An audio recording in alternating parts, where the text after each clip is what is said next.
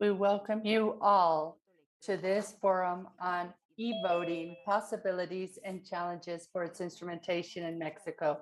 We now begin with this discussion on international experiences on e-voting. And as a moderator for this session, we are going to have our counselor, Jaime Rivera Vasquez. We kindly give the floor to him. Thank you very much, Julieta. Good morning to everybody and welcome to this forum. It is a great honor to be able to have such experts with us today and that are so relevant in electoral aspects regarding e-voting. In this forum, we will be able to talk about a variety of aspects regarding the eventual adoption of e-voting or electronic mechanisms for voting. And we will be able to listen to international experiences on e-voting. A lot of people have already gone down an important path in e-voting, and I think it will be very useful for us to be able to learn about this practice of this type of voting. The topics that we are going to be able to talk about today have to do with the reasons with why we would want to go from a traditional way of voting using paper ballots towards a voting with electronic means, as well as the different modalities that we have for e-voting,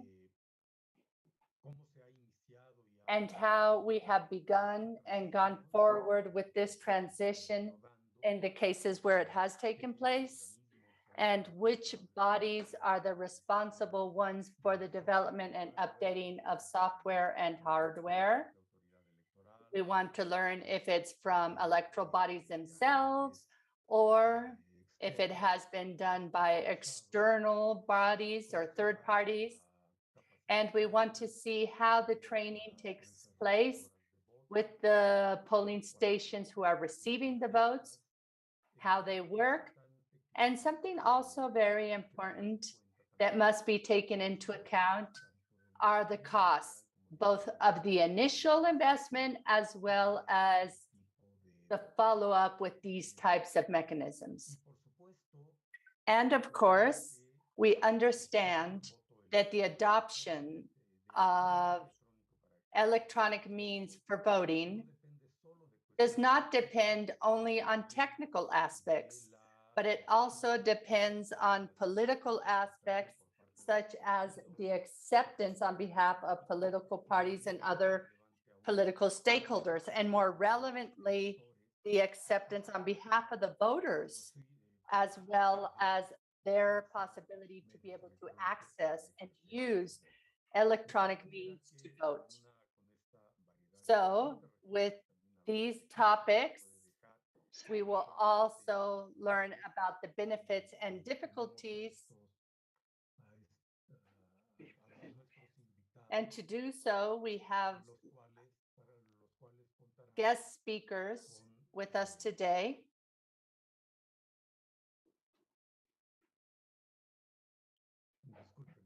I apologize, I got a little lost. Each one of the panelists will be able to have up to a maximum of 15 minutes to present their ideas. And I am pretty sure there is a timer on the screen so you can see how much time you have left. And at the end of the presentations, we will have the opportunity to have a Q&A session and share remarks. So we are ready to begin.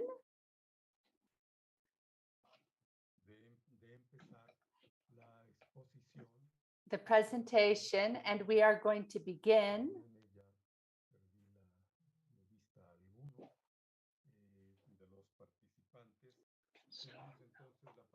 with the participation of the representative of India, Naveen Chawla.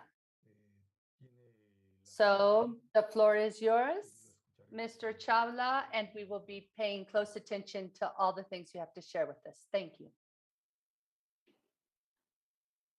Thank you, Mr. Chairman, and thank you to the INA for once again inviting me, this time after a gap of those COVID years.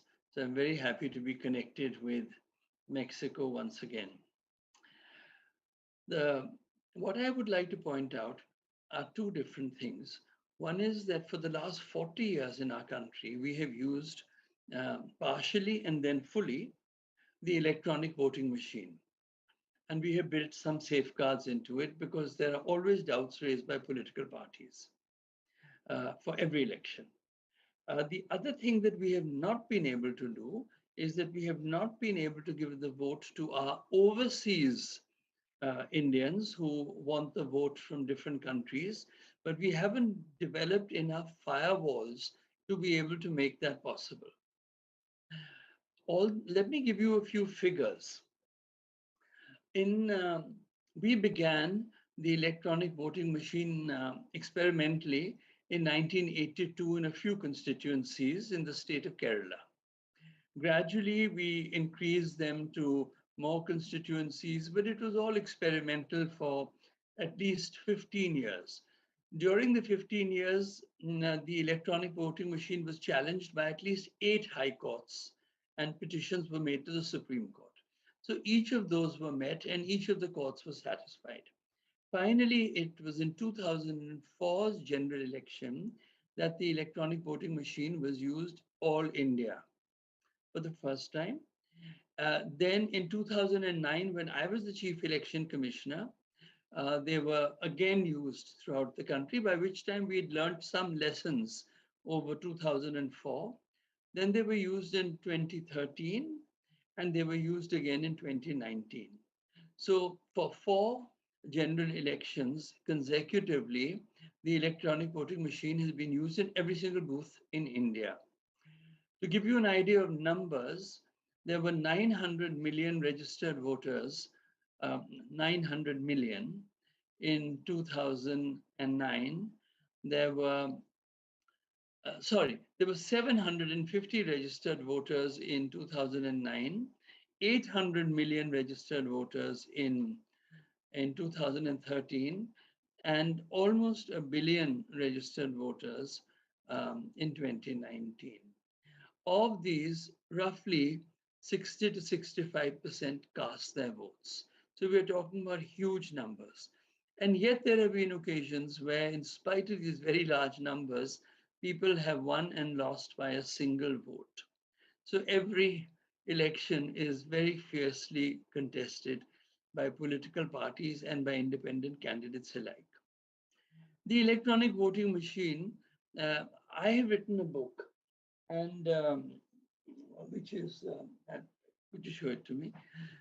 Where I have a whole chapter on the electronic voting machine. I mean, it is in English, but in that chapter, I explain that the electronic voting machine in India is controversial, but on the other hand, it works very well. And there are 2 reasons for that. This is the book, and there is a chapter on the electronic voting machine. So therefore, I've cast my opinion, as it were, in stone. But we have some very important safeguards. Um, and that is that our electronic voting machines are always in the hands of government officials. We do not permit volunteers. I mean, we don't doubt volunteers or university students or anyone like that. But the whole apparatus of the use of the machine from top to bottom lies with government functionaries who get their pay from the central government or the state government, and they're bound by all government's rules, which are very strict. So the result is, and the Election Commission of India, of which I was privileged to chair, uh, have built so many safeguards. And I'll give you 1 or 2 examples that when machines are sent to a state, they are randomized, meaning it's not determined in New Delhi that it's going to this state or that province. Also, it's not determined in that province whether it's going to this electronic station or that electronic station. So everything is randomized by a computer till you reach the last polling station. And at each of the levels, the political candidates, particularly those of the opposition, have a chance to test 5% of the machines at random. So we built all this. Nonetheless, I have to say that very recently, again, preparing for the 2024 general election in India, the political parties, opposition political parties have got together and they have said that no, they do not have faith in the electronic voting machine and they want to go back to the paper ballot. So this demand has come up again and again since 2004. But the interesting thing that I do want to mention to all of us panelists is that at the end of the day, whether it's a by-election or a state election or a general election, the results have been accepted by the losers and the winners alike. I find that in contrast to many countries where I have been observer. So far, the public of India has their faith in the machine, and there have been no protests from the political parties. There are the individual cases where if a candidate loses, they can go to the Supreme Court of India and file a petition, but there has been no petition against a wholesale verdict by the Election Commission of victory or defeat. And that's a very big thing. The other important thing that I do want to mention is that our elections have always been held on time, every time. And they have not been delayed unless, there's been a flood or some natural calamity. But otherwise, elections are held on time, whether it's a state election, whether it's a by-election, or whether it's a general election. And the manuals and procedures laid down by the Election Commission are very definite. And the Election Commission is armed with enormous powers from our Constitution. And therefore, the Election Commission, until it holds its faith in the election, in the electronic voting machine, we must continue. So from my time onwards, all the election commissioners have said that no, our faith is in the machine, and we believe that it should continue. However, when political parties do ask for paper ballots, then I think it might be a matter that might go to the Supreme Court again one day. But as I said, 8 high courts and the Supreme Court have for the last many years, before 2004, when we made the electronic voting machine general to the whole of India, so I've also sometimes found that when a political party wins the election, they're very happy. And when that same party loses the election, then they blame the electronic voting machine. But at the end of the day, the verdict is accepted by the country at large. Alexios. Estoy de apoyo. Pero es que, ¿sabes qué? ¿Perdón? Sí, relajo. Lo que No. estoy cotorreando aquí con el Joaquín. Dr. Le Shaw, digo, no, es que tenía una foto. Sola, Bueno, es que todo no. empezó porque es con su- There's some mic that's Perdón, hay on. una- There's a mic that's on, but can I?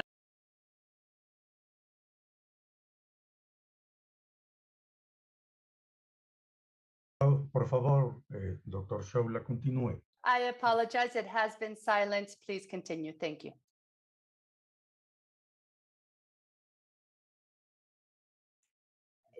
Excuse me, now your mic is silenced. Can you kindly unmute your microphone? Thank you.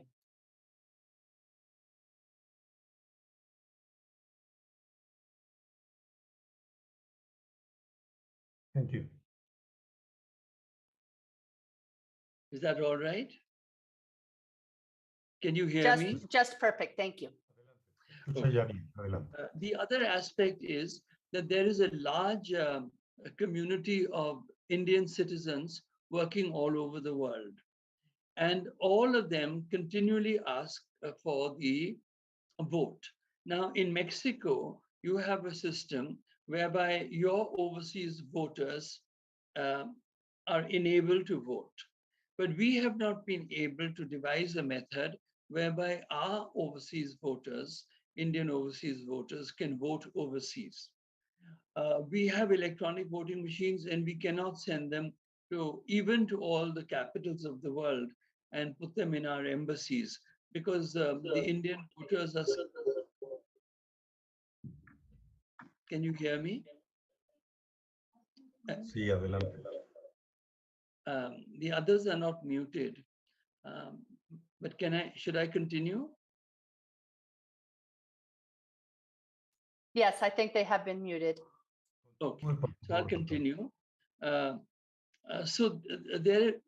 before each election, whether it's a by-election or any other election, the overseas Indian from that constituency or from the whole country in a general election they want permission to be able to vote.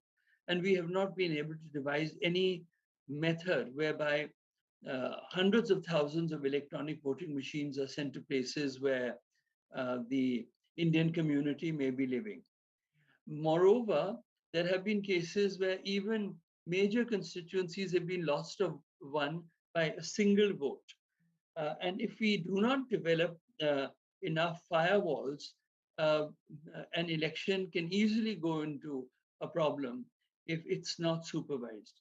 Now, while Indian machinery can supervise the election very closely in India through the administrative machinery, through the police and so on, we can't do it, say, in an embassy in Mexico City, or if there are Indians scattered elsewhere in Mexico who demand that they should be allowed to vote. It's impossible for us to send machines there, and similarly to any other country. And we do get requests from Latin America as well, a lot from the Middle East, from the UK and other parts of Europe. So we haven't been able to, and it'll be of great interest to me as the discussion goes on, how Mexico has and other countries have successfully been able to allow voting of your citizens from overseas without any complaints. So while so at the moment our position is that no, we haven't devised any technique by having safe firewalls. And if an Indian citizen wants to come to vote, they have to come back to India and to their constituency where they happen to be registered. So for each election, we get a number of demands, but this is one part of our electronic voting, as it were, that we have not yet succeeded with. But as far as the electronic voting machines are concerned, what had happened after the 2009 election that I conducted was that some opposition parties demanded that they wanted a paper trail. Now, it took us 10 years to devise the paper trail, and it was used in 2019. What the paper trail shows is that the button that a voter presses on a window on a printer, the voter can see the name of the candidate, the party of the candidate, and the symbol of the candidate, and satisfy herself or himself that yes, there's no fraud here. The button I pressed is for. So in the 2019 election, where we used this, more than 1 million of these printers, that we called it the VVPAT, we used 1 million, one to correspond with every EVM. There were hardly any complaints of a mismatch. I maybe under 10. So our system has worked and provided further confidence. But I would like to also conclude by saying that what is an election commission? An election commission is an umpire. It's an umpire between players. And the players are, of course, the political parties and the candidates. And the umpire tries to make it as fair an election as is possible, of course, through the electronic voting machine. And ever since it was brought in, the cases of paper fraud, which were quite rampant in some of our states, came down considerably. Because now when a candidate steps into the booth, he or she has a card, the card has a photo, the photo is also on the electoral list. The officials will check the photo for the face of the person coming to vote, what's on the roll, what's on the card, that the numbers have to match.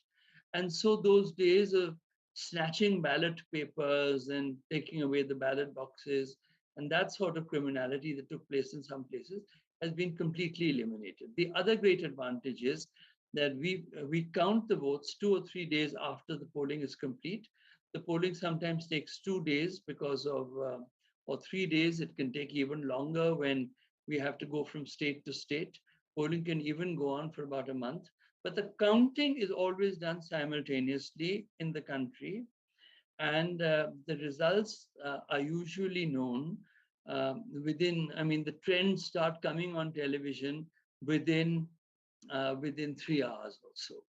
And by the end of each day, the national result for almost 700 million voters, or more than all of Europe put together, more than all of North and South America put together, become clear by the end of the day, in most cases, barring 1 or 2.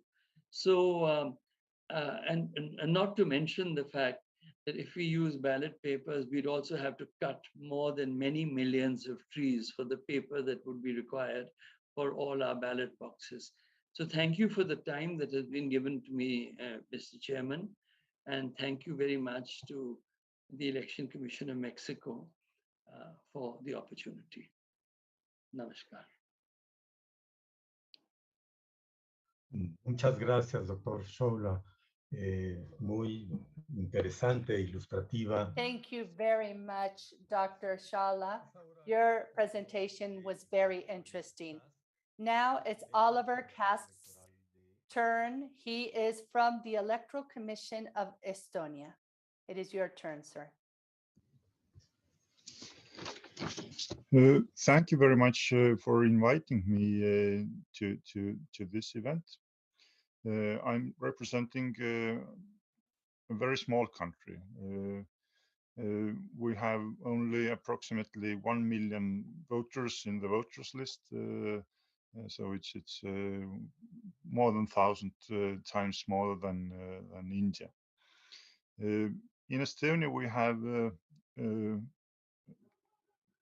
foreseen internet voting, not just voting electronically in the polling station, which is not possible. We have, let's say, basically two means how to give your vote. One is the traditional paper ballot in polling station, and the other one is voting over the internet. The law which foresees internet voting is from 2002. We had first time internet voting in municipal elections in 2005, and it has been there for all, let's say, local elections, European Parliament elections, and national elections since then. Last time we had internet voting in October last year for municipal elections. So basically, in a broader picture, I would say that it has been a story of success. Back in 2005, there were only a very small amount of voters who gave their vote over the internet. It was approximately 3% of the votes given. Now for the last elections, it has been approximately or almost 50%, like 45% to 47% of the votes have been given over the internet. I think the number of internet votes or electronic votes will not increase compared to the paper votes, basically due to some advantages for paper voting, like you can put yourself in a, let's say, formal suit, go to the polling station, have a cake afterwards, and so on, like having a party event, or while giving the vote over the internet, you do it at home on your sofa or somewhere which does not make, let's say, so much this kind of propaganda side, and also the trust issues. While the law foreseeing electronic vote was adopted by a very wide consensus in the parliament, more than 90% of MPs voted in favor of the law. But over the time, especially as some political parties gain less from internet voting, let's say their supporters use less internet or tend to be, let's say, traditionalists. They try to use internet voting as one of their campaign agenda items to claim that the internet voting is false, falsified, and not trustful. But still, I would say most of the voters trust internet voting, even for those parties which are very much against internet voting. Still, approximately 30% of the voters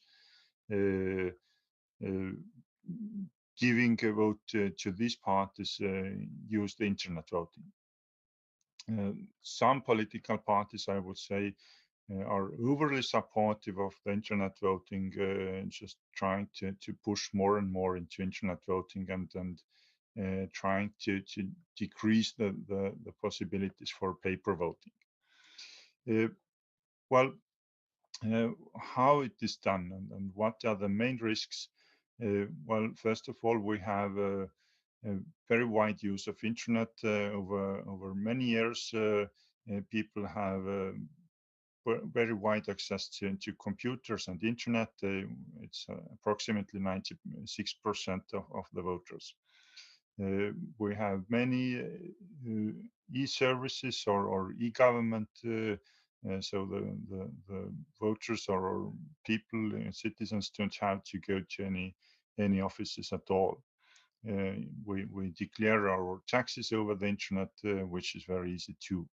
So I think the internet voting was just one step towards the general way our government works. So we need less polling stations, less costs on paper votes, which I think for Estonia, which is a small country, does not make much sense. Because internet voting is more costly compared to the paper voting for us. But in large countries, it has big advantages as you have to have only one software and less hardware for where you collect the votes. What has been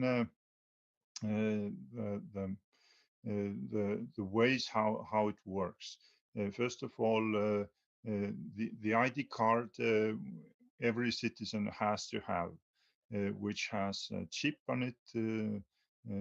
You have 2 PIN codes, one for identification and one for signature. So all the citizens have their ID cards, which they can use also for elections. You just put it into your computer or there are some other options as well, like mobile ID card, which is inside the mobile phone you use to verify yourself or sign your vote. We need, of course, electronic voters list. The voters list is kept electronically, so it's quite an easy way how to make up the list of voters who are allowed to vote, and then let's say different technical steps how to give your vote. You have to encrypt the vote, you have to sign digitally your vote, which means that no one can vote more than one time, and only those voters who are in the voters list can have access to the voting. And after the votes are collected in the central server, we have different, let's say, different means how to decrypt them, how to mix those votes, and how to depersonalize them. This is a quite technical procedure. I think we, the lawyers, are not overly, let's say, easy.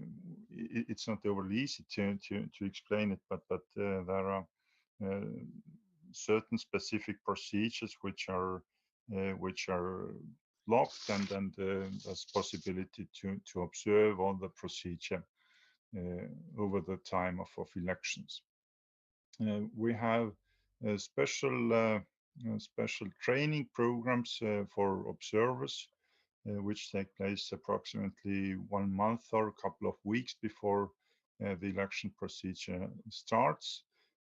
So it's I would say it's not understandable for the large population, but you have to have some kind of experience on the IT area. But it's still possible to observe by everyone who's eager to make it clear for the observers. So this kind of training session is I think 1 full day. There are usually observers over the whole world, as Estonia is the only country in the world who uses internet voting. The software we use for internet voting is provided by private sector. We have public procurement for this. It has to be updated for each and all elections. It needs quite a lot of financing, of course, and the financing has to be permanent, which is a kind of risk issue if you do not update all the software. You might have bigger technical issues or security issues. Of course, among the risks, I would say the main risks related to internet voting. First of all, trust by the voters, which I would say is rather good. But even if there's, let's say, in Estonia, around 15 or 10% of voters who distrust the internet voting, this is a very big problem, as their voice is quite loud, and they always put up some complaints to the courts or to the constitutional court also. The other risk concerning the financing, well, it's sometimes difficult to argue that the financing has to be timely. It's not possible to start the work just 1 or 2 months before elections. So it's every day or every year you have to find enough financing for keeping those software up to date. And of course, the risk concerning cyber attacks is always there. The most problematic, let's say, area of the technical risks concerns the voters' computer. Every voter can use their own computer or whatever computer, but not cell phones or Android or iPhones. Just computers, as it's more secure. And Against these risks, it's possible also to check whether using a special application or special software to verify by using QR code whether your vote has been collected and correctly collected in the central server. This has not been used very widely. It's approximately just 6 or 7%, but it's growing each and all elections. And also concerning the advantages of the internet voting, first of all, the convenience. It does not take much time. It's average is around 3 minutes, which is used. It's possible to do it just by 1 minute or even less if you know for whom you want to give your vote. So I think one of the advantages is also the voter turnout, especially for younger voters who would probably do something else instead of going to the polling station on election day. So it's a bit easier to have them taking part in elections. Still, the turnout in general is not much higher compared to other countries around Estonia, but I think it's just mainly the convenience side, and also for those voters who stayed abroad or traveling around, it's a very good solution to take part in elections, as you can vote from anywhere. And also the counting procedure is rather speedy. It takes around 1 or 2 hours to have all the internet votes counted. It's a centralized procedure, so there's no need to have all the polling stations there for internet voting. I will stop by this, and I'm ready to answer any questions. Thank you.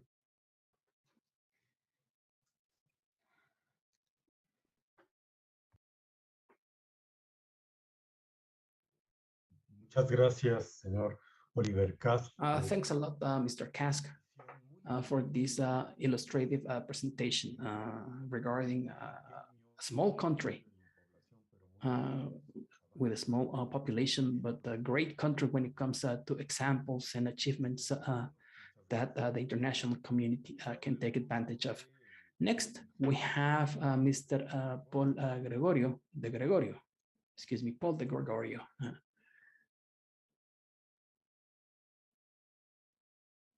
Good morning. Thank you for this opportunity. He's the chair of the Commission of Electoral Assistance in the U.S. You have the floor, Mr. De Gregorio. And you have 15 minutes. Thank you for this opportunity. It is indeed an honor for me to participate in this very important forum with so many distinguished experts. I would like to take a moment to commend the Instituto Nacional Electoral of Mexico for your continued leadership in the area of democracy and elections. I have seen firsthand the worldwide respect that INE enjoys for its proactive approach to the challenges election officials face. The best practices and exceptional information that INE has shared at countless global conferences has helped millions of voters throughout the world. Over the years, I have been on many panels with my longtime friend, Manuel Carrillo, who has represented your country with great distinction and expertise and made the world a better place. E-voting is an area that has represented great progress for the United States, but also presented tremendous challenges. In the past 20 plus years, we've experienced many watershed moments in our administration of elections. The presidential elections of 2000, 2016, and 2020 come to mind. 20 years ago, the Help America Vote Act was signed into law by President George W. Bush. It was a bipartisan act that put me on the front lines of e-voting changes and challenges, as I was appointed by President Bush and unanimously confirmed by the US Senate to implement the law as a commissioner and chairman of the US Election Assistance Commission, or EAC. The commission consists of 2 Democrats and 2 Republicans. Over the years, Congress has given the agency over $5 billion to spend on election reform, and much of it has been spent on new voting equipment, including electronic voting devices that replace the paper-based punch card voting system that was discredited in the 2000 presidential election. Some of the incentives for election officials to adopt election automation included accuracy, auditability, speed to publish results, cost effectiveness, and accessibility, especially for people with disabilities. In fact, HAVA mandated that every polling place in the United States had to have a device to allow a person with a disability to vote privately and independently. No other country has that requirement, and electronic voting made it happen. Now we sit 20 years later after HAVA became law, and while much good was accomplished with improved election administration, modern voting technology, and increased professionalism of election officials, sadly, distrust of elections and election officials is now at an all-time high. Today, we are facing a crisis of democracy in the USA, where election officials now fear for their lives. I recently participated in a conference of US election officials that had a 3-hour session by the Department of Homeland Security on how election officials can deal with real threats against them and their staff, and how they might also handle an active shooter in their office. One US election official played a chilling recording of threats she had received on her mobile and office phones. Never in my 37 years in elections did I ever think US election officials would have to attend such a session, but they did, and the room was full. Overall, the move towards the use of modern technology in elections in the United States has been a positive one. When I became director of elections in St. Louis County, Missouri in 1985, the voter rolls for our 600,000 voters were organized manually by hand. Nothing was digitized. We used punch cards. Today, I can vote at any of the hundreds of polling stations in the county, have my identification easily scanned, and my ballot printed on the spot, which I mark by hand and which is counted electronically, with final results available for this county of 1 million people within 3 hours of the polls closing. In 1985, it took considerable time for me to vote and wait the next day for results. The $4 billion that I helped to distribute to the state and local election officials was extremely useful to modernization of efforts. The funds represented the first time the federal government invested in election administration. It was a learning experience with a wave of initial interest in paperless voting systems. However, it did not take long for the pendulum to swing back towards paper ballots again, albeit with electronic counting of those paper ballots. Back then, most of the effort to return to paper was led by those on the political left, who did not believe that George W. Bush was legitimately elected president in 2000. What did we learn from modernization efforts in the first decade of this century, and where are we now? What do we do to ensure trust in these new systems? Many of your previous speakers have spoken of the important elements involved in transitioning to e-voting systems. They include collaboration, cost evaluation, planning, testing, training and transparency, stakeholder involvement, civic education, security, audits, and trust. All are important and none can be ignored. In fact, I can give an hour-long lecture on each element. In the interest of time, I'll focus on some of the basics that we use in the United States to set standards for e-voting systems and how such systems are certified before they are eligible to be purchased. It is important to note that the USA has a very decentralized system of election administration, where the decisions on what systems to purchase is made at the state and local level. 8 US states have singular statewide systems. In recent years, COVID has had a major impact on the type of voting used in the states, and states like Colorado and California have joined Oregon and Washington state now, moving towards mail-in voting, where over 90% of the votes cast in those states are cast by mail. One of the major disadvantages of voting by mail is that there are more spoiled ballots and it can take several days before a winner is declared. In most states, the decision on what system to purchase is made at the local level.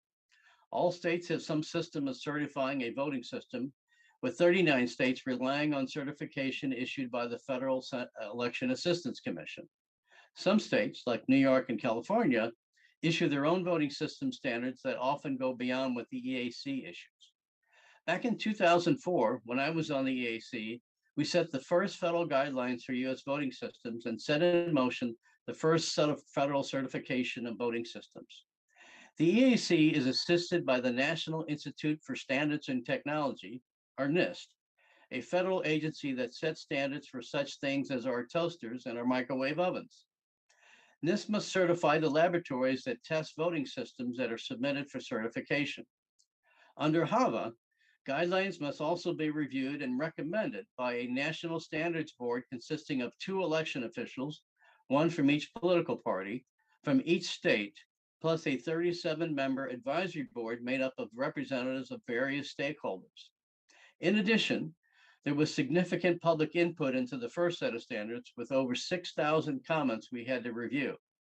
Our focus was on usability, accuracy, testing, and of course, security. Setting standards for voting system is a rather complex process that can take years to complete. Our first set of guidelines were issued in 2005, and the second guidelines were only issued last year. After I left the EAC in 2007, it became mired in political infighting and 2-to-2 partisan votes. During my time on the commission, we worked in a bipartisan manner as a team, and all but one of the votes we took were unanimous. Sadly, that changed as an intense partisanship caused the agency to almost be eliminated. I should note that using the internet to help people vote has been a good thing, in spite of the concerns of academics and others. In many states, voters can register to vote, change their address, request an absentee ballot, and check on their voter registration status from the convenience of their phone. In 2008, Congress passed the Military and Overseas Voting Act, which now allows for any of the 6 million Americans abroad to access their ballot online and, in most cases, mail it back. Ballots for Americans abroad must be ready 45 days before each federal election. In West Virginia, overseas military voters can actually cast their ballot on the internet. Many private organizations now use internet voting for membership tallies. With just a few minutes left, I want to now focus on the pluses and minuses of e-voting and give you my personal views on the subject after decades of involvement. As I mentioned earlier, on balance, e-voting has been a positive step for the United States, and I believe has resulted in better, more accurate, more accessible elections and real cost savings. While the back-to-paper ballots movement has been strong and swift in the United States, ballots are still counted electronically, as we always want our results right away. As the 2020 election showed, any delay in obtaining final results just breeds conspiracy theories. Well-designed and proven election technologies increase the integrity of the overall process. Paper ballots can be destroyed, tampered with, manipulated, intercepted, lost, forged, or fraudulently pre-marked. Electronic systems with paper records produce 2 separate sets of data points that can be cross-verified. Today's advanced voting machines use encryption and digital signatures to ensure their electronic records are authentic, have not been altered. Experience is the single biggest factor when modernizing elections, from technology design and manufacturing to the flawless deployment on a massive scale. In an election, there are thousands of variables that have to be synchronized to perform well in a day. Electoral commissions do not delay in elections the way NASA can delay a launch. Services, solids planning, project management are critical. Cybersecurity expertise is essential to ensure election integrity, and there's no substitute for pre and post-election audits to ensure the public and stakeholders that the system worked as intended. In 2020, Los Angeles County, America's largest, implemented a new voting system, replacing a system that had been in place for 30 years. The system is called VSAP, or the Voting Systems for All People, and the effort was led by Dean Logan, the longtime chief election official for the county. Over a 10-year period, There was tremendous involvement of all stakeholders to design their new system, which was seen as a model for others.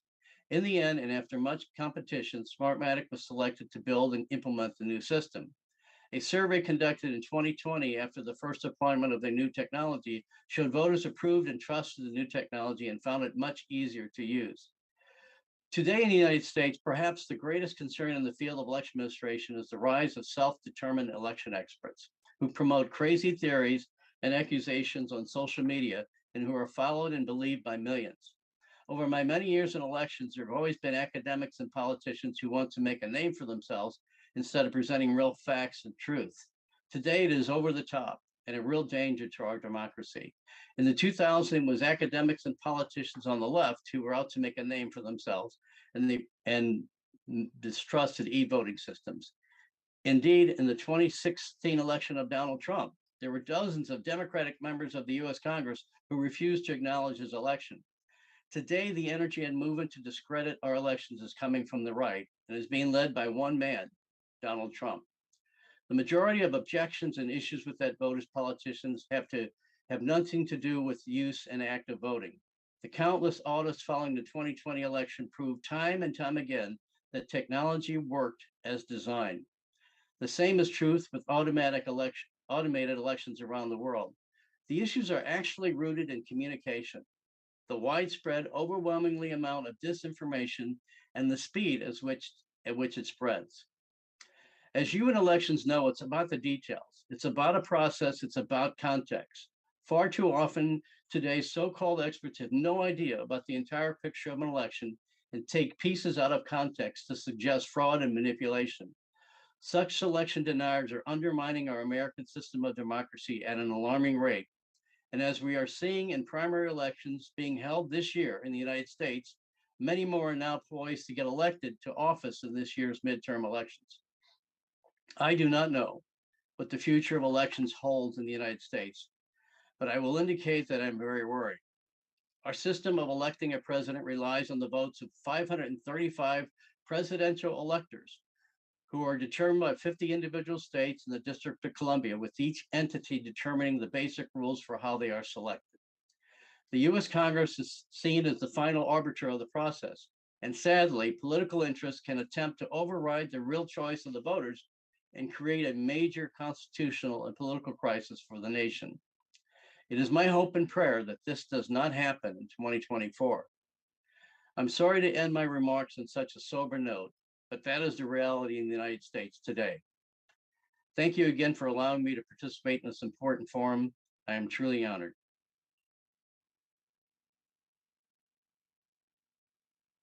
Muchas gracias, señor Gregorio. Thanks a lot, Mr. De Gregorio, for this explanation, which combines technical aspects with the political aspects and some of the challenges you have faced. These three presentations, the one by Dr. Navin Chola, the one by Oliver Casca from Estonia, and Paul De Gregorio from the US, provide different perspectives based on their experience. And at the same time, you can identify some common threads or elements in these experiences, in these diverse experiences when it comes to e-voting. On one hand, we have the experience of India, given the huge dimensions of their territory and the large number of its population. This experience shows the different logistic challenges in countries like theirs with such huge dimensions, where they have to identify mechanisms to agilize the casting of votes, the release of results. And in this country, the electoral board or commission has made a lot of progress to achieve possibly the best benefits of e-voting, including aspects such as swift results and the reliability of the elections. However, the technical reliability of voting systems has run into a number of challenges, and this is applicable, by the way, in many countries. They have had to deal with distrust among several political actors or stakeholders, which forces electoral authorities to reinforce their security measures. And these actions are combined with education of the population because that's the only way to overcome that trust. In the case of India, it is worth noting that after several years of experience, they are printing actual paper ballots as an additional element of trust. And on the other hand, I must note that e-voting for Indian people abroad has not been possible to implement, especially because it's complicated to take voting machines for them. So maybe the question is how feasible internet voting is for them. In the case of Mr. Kaska from the Electoral Commission of Estonia, he talked about the different advantages of e-voting, and which is a process that has facilitated voting for citizens. And he also talked about the high level of trust in their system, even though there is a sector of a population or political actors that question these systems and even resort to courts, including the Constitutional Court. As in other cases, the efficacy and effectiveness of e-voting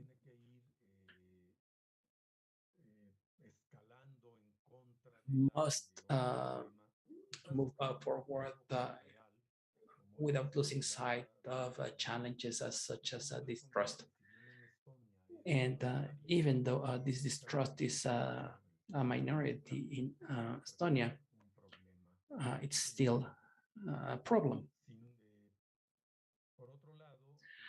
On the other hand, as regards financing or funding, Mr. Kask explained how it's not only about an initial investment, it's also about the need to continuously update software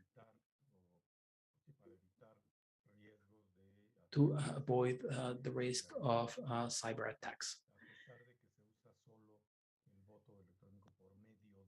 Even though they use computers to cast electronic votes, that's still a challenge. And despite the trust among the majority in Estonia, there is still a combination with paper ballots, which is another option for voters. In the case of Paul de Gregorio from the US, on one hand, he talked about the evolution of the process to replace mechanical voting or paper voting as the main objective to facilitate voting, including voting by persons with disabilities, which I believe is something important to highlight, and it is commendable. Still, they are facing challenges, such as distrust in certain sectors, which has grown. I mean, early on, leftist sectors already questioned the reliability of these mechanisms, but now who's questioning that reliability are right-wing political groups. But nevertheless, their process is effective and efficient, but it is still susceptible to distrust. And since voting process have a strong political element, that trust is the basis for everything. And you need to take into account this distrust if you use electronic channels or means. But as explained by him, It's an easy process, and the swift nature of the process can increase the level of trust. And that's the only way to tackle false accusations of fraud and conspiracy theories that can truly harm our elections. There is a wide range of questions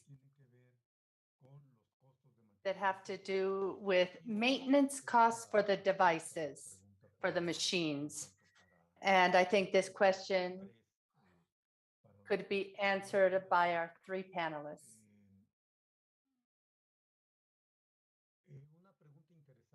And another interesting question is, what are the strategies that exist to create an awareness of e-voting among the population? And there's always the question of how to avoid attacks or forging of votes, at least regarding the perspective of trust. And also, this is a question that I think all three panelists can answer.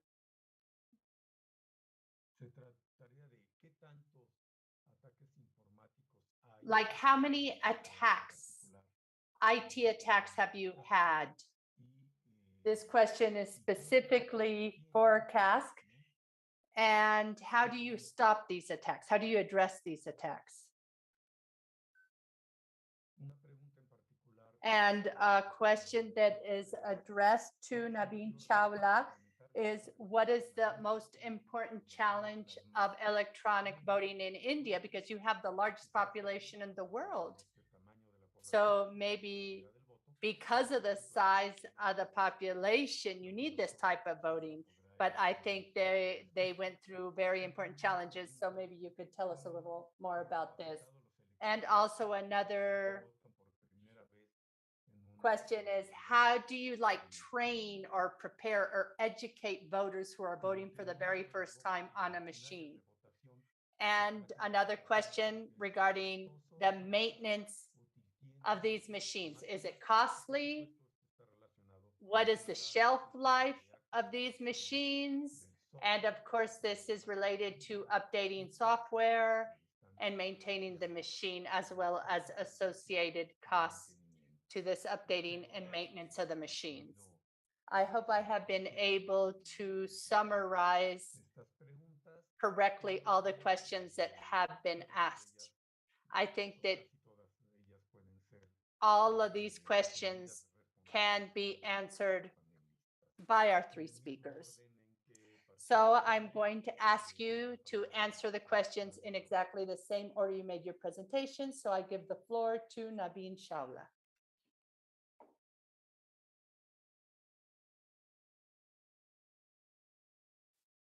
Can you please unmute your microphone? Doctor Chawla, puede activar su micrófono para escucharle. Can I be heard? Gracias. Sí, adelante. Yes, thank you, Yes. Mr. Chairman. These are all very important, very fundamental questions, because when we deal with elections, no matter in which country, we have challenges sprung up, unexpected challenges sprung up all the time. And those have been brought out by the other participants as well. Now, in our case, our million machines are produced only in the public sector. The private sector did want to enter, but we felt that we couldn't manage to keep control over them. But by control, I don't mean manipulate in that sense, but if they were in the public sector, then we always felt they were safer, and they would be outside the pale of any outside interference. And we've been satisfied with that experience. But challenges have developed. And in 2009, the first challenge was that some political parties, important political parties, said that there are complaints that we press the button for A and somebody else gets the vote. So I said that we can't develop the voter verifiable machine overnight. You can't buy it off a shelf. It'll take us 10 years to develop, and it took 10 years. But when it came into place, our voters were satisfied. Now, the other, our machine doesn't cost very much. In terms of US dollars, I think it's probably a fraction of what an American machine might cost. And these are serviced also in those two public sector units. And they have a shelf life, to answer that question, of 15 years. After 15 years, we replace the machines. And those machines are completely destroyed. So our costs are not very high. And we are very careful that the machines are, we work, I have to admit this, in the Election Commission, at least I speak for my time, Manuel, because I've had many discussions with you in Mexico City on this. We work on the basis of mistrust. So the political person at the other end mistrusts us a little, and we mistrust them a little. And the result is that in this match that goes on all the time, the Election Commission tries to be a couple of steps ahead of the ingenuity of political parties and candidates. Now, today, the biggest problem that we face, and I'll be very brief because my time is running out, is fake news, false news, cyber attacks, the manipulation of news. We have a code of conduct, but Twitter and the social media breaks that all the time. So these are fundamental problems that we're facing at the moment. I think my time is up.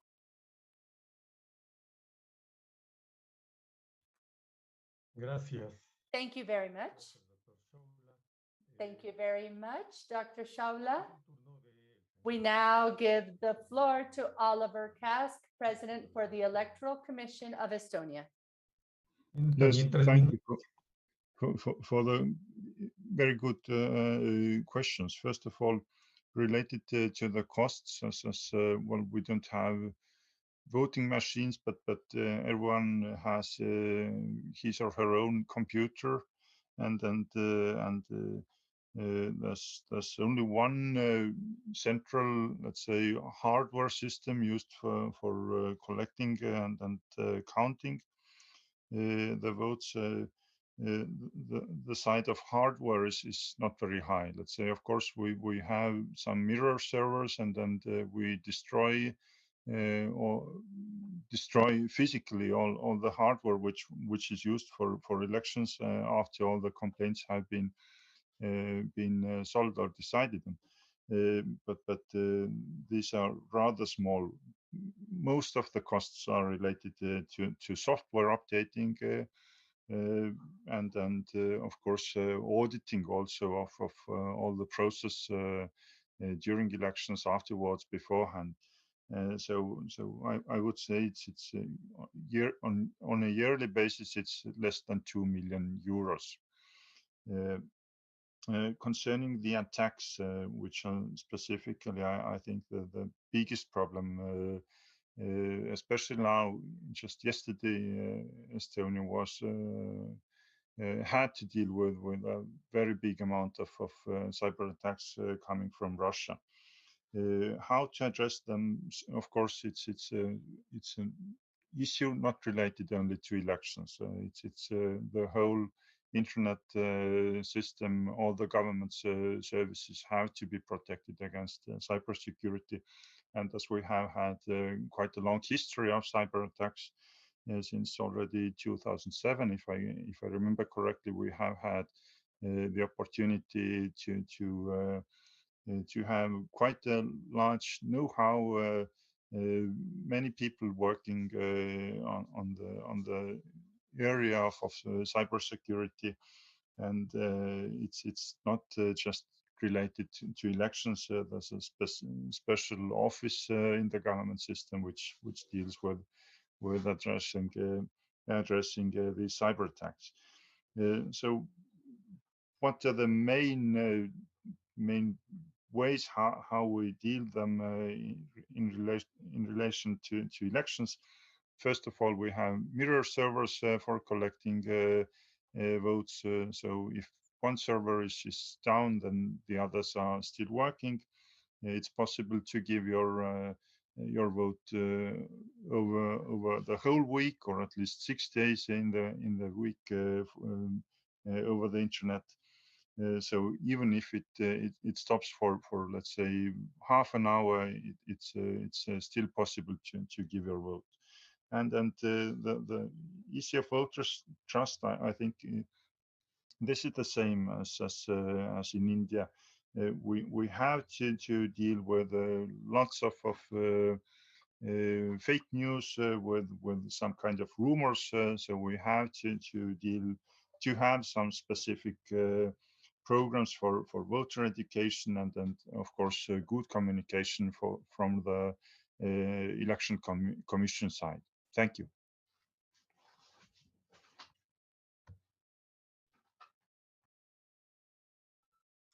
Gracias a usted. Thank you, Mr. Kask. So it's now the turn of Paul de Gregorio to answer these questions from the US. The floor is yours. Thank you for these important questions. Certainly maintenance cost is something that has to be factored in whenever a system is planned and purchased. When you buy hundreds or thousands of voting machines, they have to be stored somewhere. And there's often climate control issues have to be taken into consideration because humidity, water can damage these systems. Also, you got to look at the physical security of these systems in terms of cameras, locks, keys, and all kinds of things to make sure that no one can get in and tamper with these devices between elections. So it's an important consideration for sure. In terms of educating voters on new systems, it really is important that you have a large civic education process in place to educate voters, and particularly first-time voters, on the new system and how it works. There's all kinds of examples in the US and how American election officials have done this successfully to educate voters. And because these systems were designed by voters in many cases, they're relatively easy to use. In regard to security issues and the internet, now none of our ballots are counted on the internet. Results are transmitted on the internet, but they're not counted. No machines are tied to the internet when they're counting votes. However, it's not to say that election officials in the United States who have voter rolls on the internet, voter information on the internet, have not been attacked. They have. Russian actors and other actors have gone in and tried to attack our systems, and they have been successful in a few cases in getting into systems. Nothing was altered. But the Congress appropriated millions of dollars in grant money to election officials from throughout the United States to bolster their internet security in regards to voting. And the Homeland Security has provided tremendous experts and expertise to help election officials at the local level make sure that the internet is secured and how it's used in election, and also the physical security of material. But these are all important issues, and I'm happy to provide at least some response to your questions. You can find other information specific to the United States on the internet, and particularly at the EAC website, which is www.eac.gov.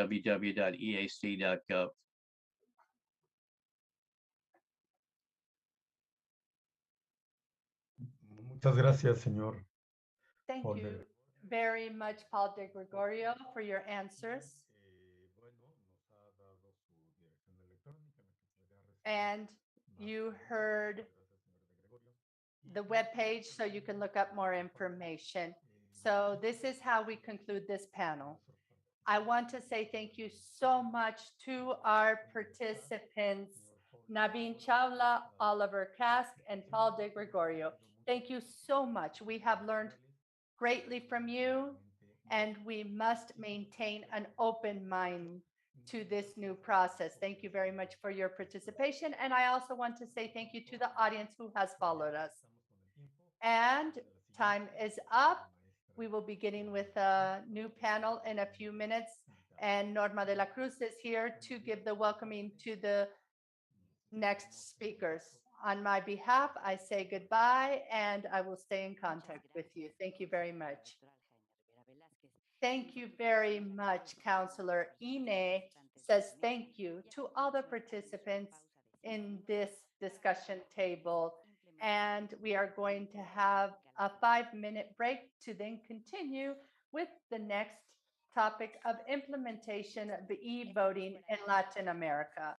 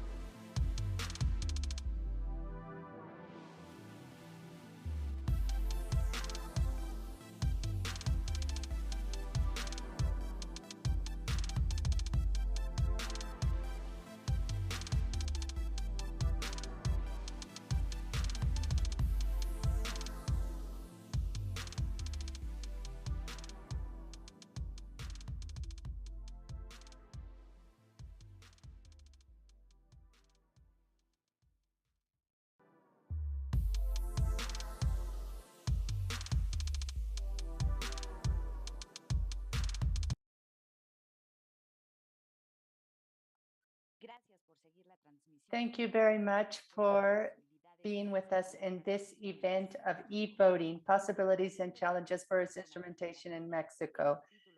The title for this discussion is Implementation of e-voting in Latin America. So as a moderator for this event, we are going to have the counselor of INE, who is going to moderate this session. Thank you, Norma de la Cruz.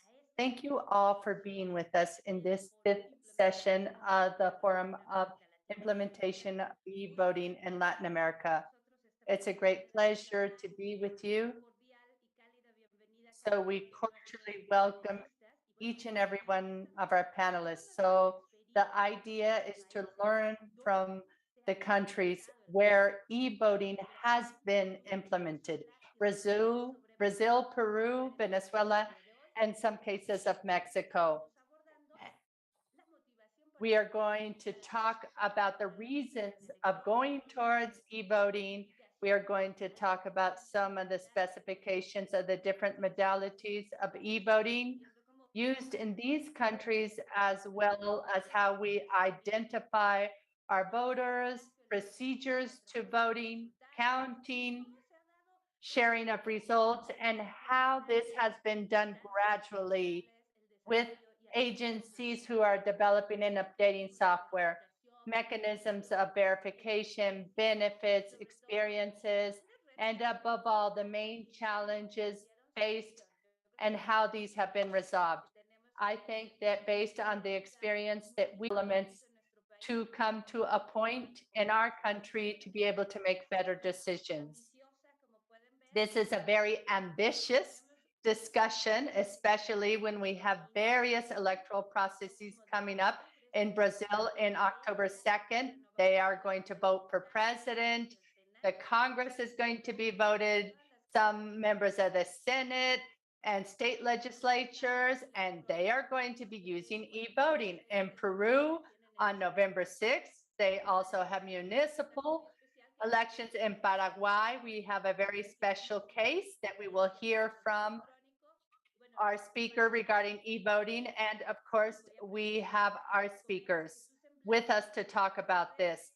Their resumes are on the microsite of the INE. So if you want to see it, you can go to it. And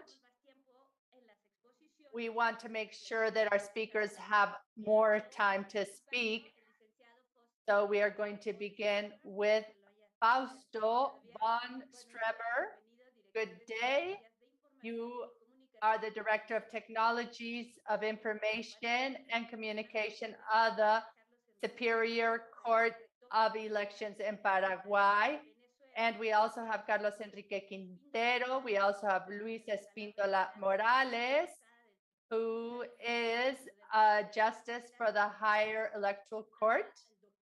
And we also have Piero Corvetto, head of the National Office of Electoral Processes in Peru. And he has shared a video with us. And we will conclude with Julio Valente, who is the Secretary of Technology of Information of the Higher Electoral Court of Brazil. And we also cordially welcome you on behalf of INE. Thank you so much for participating with us. I want to remind the panelists that you have a maximum of 15 minutes to make your presentation. After that, we will have a Q&A session.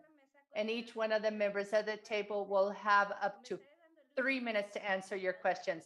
So I am going to begin with Fausto von Streber, who is the Director of IT and Communication of the Higher Court of Electoral Matters in Paraguay. So you have a maximum of 15 minutes. The floor is yours. Good day. Thank you very much for the invitation. It's a great honor to be able to share our experience with you regarding e-voting. I cordially greet you on behalf of our electoral president. In Paraguay, I'm going to go straight to the point because I don't have a lot of time. We could spend a whole day talking about this topic. We have had a lot of an experience on e-voting. So I'm going to focus on our recent experiences. In Paraguay, we had been voting in a traditional way with paper ballots since 2007, with closed and locked lists for these different plurinominal elections. Also in Paraguay, we have elections for president, for Senate, for Congress representatives. And we also have municipal elections for regional positions for different municipal representatives. So we have all these different types of elections. So in Paraguay, there was a new law in 2019 where it drastically changes the way of voting and choosing our plurinominal authorities. This is August 2019. The law states that we must implement e-voting 100% in our elections. In the following elections. So for 2020, we were going to have municipal elections. And for these elections, we had to implement the technology in 100% of the polling stations. So the law is very ample regarding the electoral list. And there was only one paragraph that talked about e-voting. And it said that we had to offer the necessary means to have a sufficient and efficient way of e-voting. And we had to have e-voting with a printed option of the vote casted. And then the authorities at the polling station had to sign it, and then these had to be protected. What I'm saying is that that was the paragraph of the law that tells us how we're going to implement e-voting. That was all it said. And it was very specific how we had to implement our e-voting. We had very little time. We had approximately 1 year to find a technology for this law. So we also used the experience that we had to choose the type of technology that we were going to use in 2020. So in e-voting, we found some machines that are called unique electronic ballots. So these types of machines were what we were looking for. So we began with a public bidding process. Many companies participated in offering this type of technology. So there was a bidding process, then we checked functionality of these machines. So this means that we had to choose which supplier we were going to use, and each supplier had to follow the parameters that we set forth. And it, for example, had to include a printout of the vote, and that also had to be using for the counting at the polling station. And it also had to generate a minute of results. And these results also have to be used for the preliminary results. So we worked with an Argentinian company known as MSA. They use their technology in provinces in Argentina, and Salta, Córdoba, and 2 other provinces. And there was also a pilot program in Ecuador where they used this same technology. So we decided to lease this equipment. Elections were to take place in 2020, but because of the pandemic, it took place in 2021. So in 2021, we had elections using these voting machines. We call them voting machines because they're not connected to internet, and we used them in 100% of the polling stations in national elections. we had 15,000 voting machines, and we had approximately 12,000 polling stations. So machines were used for two things: to vote, so that the voter could vote using this machine and then get like proof of the vote. Then this proof of vote is put into a plastic box. So with this proof of voting, the people at the polling stations can vote, can count to see who voted for who. And then these paper ballots are put into this plastic ballot. So it's sort of like a combination. I could say that it's sort of like a mix between automatic and manual, because the machine is used for two things. So you can vote, then you get a printed proof, and then the machine also helps us count. But to do that counting, you take all the paper ballots out of the plastic ballot, and then the people at the polling stations count, and there are people that do the oversight because it has to be audited. So this technology does not allow us to do it like in the front of people. That's why we had to have the paper option of counting. And at the end, we get like a document of final results from the machine. And before, all these minutes were like filled out by hand by the polling station representatives. So it meant that there were many like errors at the time of filling out this document of final results. And for us, this technology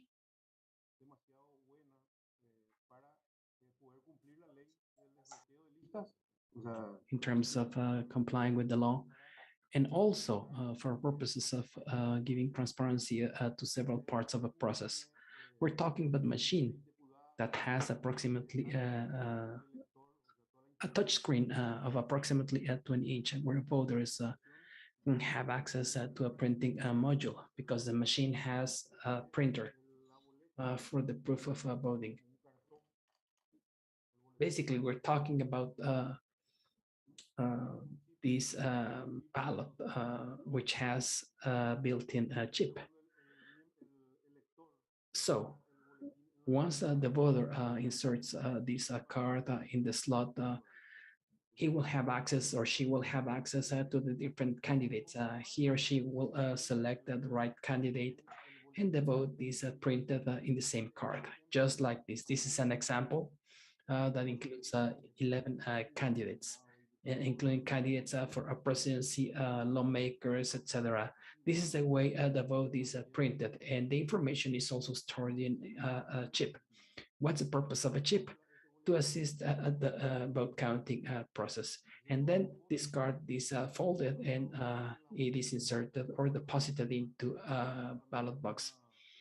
So you have this procedure that allows you to cast your vote in a ballot box and the machine itself. That's one of the benefits of, or the biggest benefits of the process. It's a combination between pure e-voting and traditional voting. And that was a positive aspect that we also identified in Paraguay when it comes to elections. I mean, we didn't discard the polling station officers' duties, because there is a printed proof of votes, and the machine allows voters to cast their votes, and that same card allows polling station officers to count votes. Also, we can print tally sheets, and we can finally issue or release the public and final tally sheets. That's a basic summary of our technology. I have a 1 minute video clip so you can see the voting process. Can I do that? Because I wanted to share that video with you. Let me share the clip.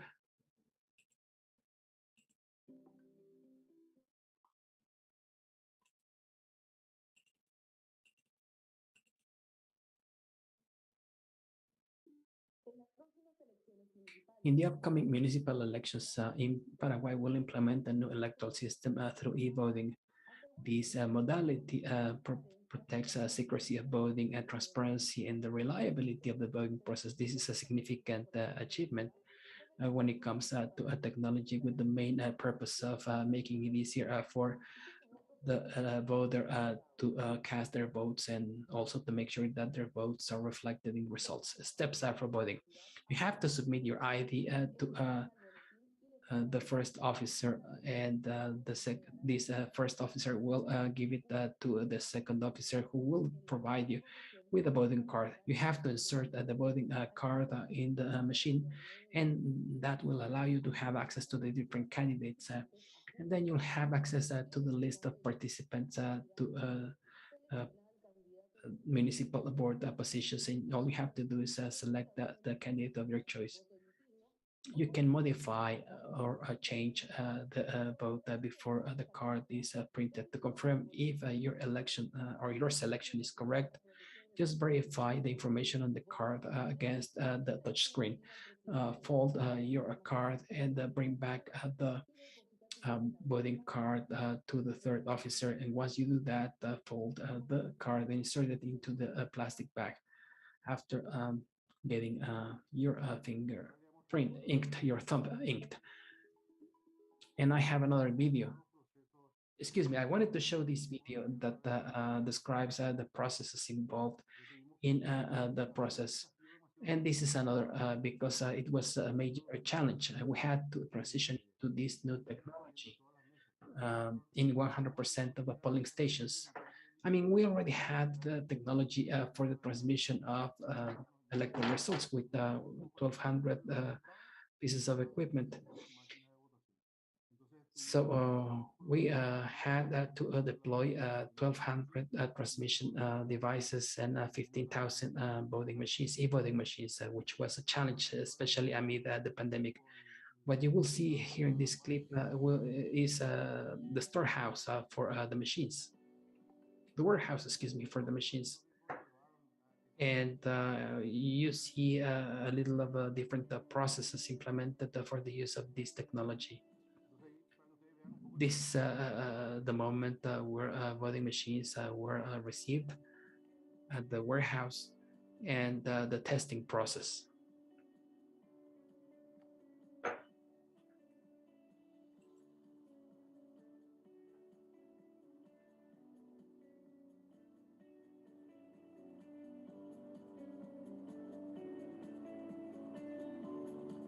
This is the battery charging section.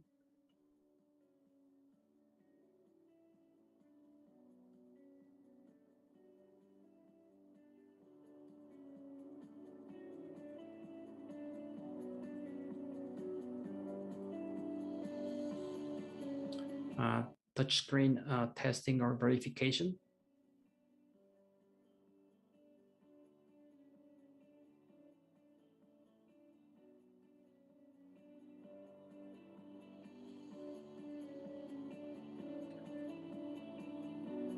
This is the IT department controlling the process for e-voting,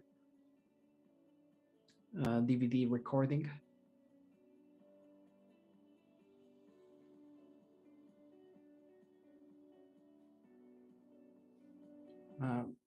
Backup DVD testing, technical support kits,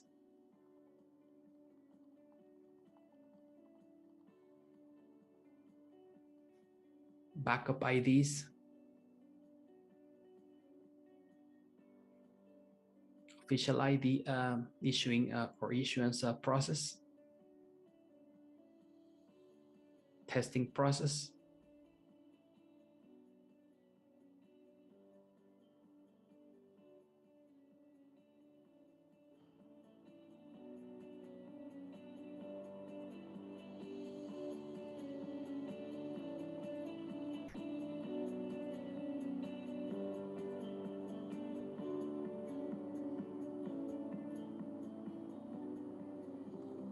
master DVD recording process, audits,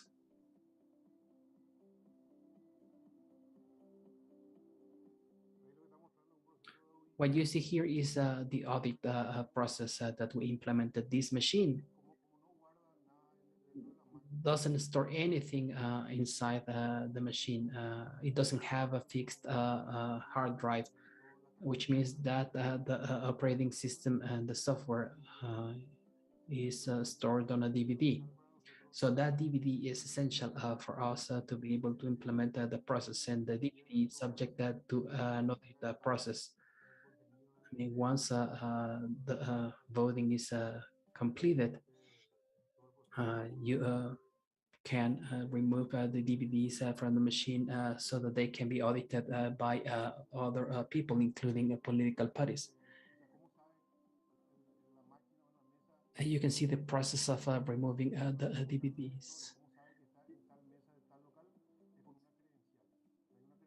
And you need a special ID that is provided to polling station officers so that they can activate the software. On the video, you can see many of these IVs that allow polling station officers to activate the operation of the DVD and the use of the technology.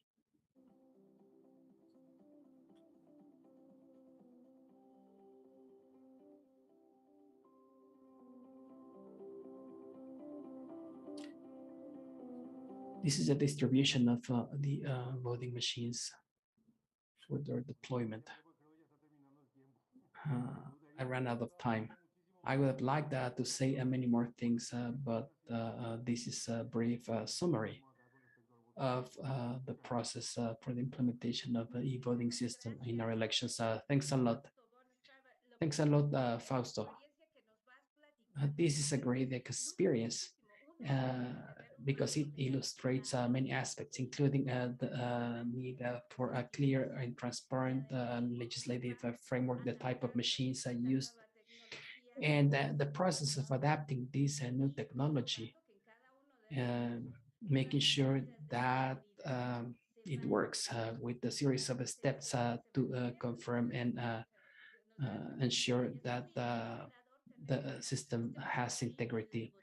And it's interesting to see this hybrid model for voting, because you still have polling stations,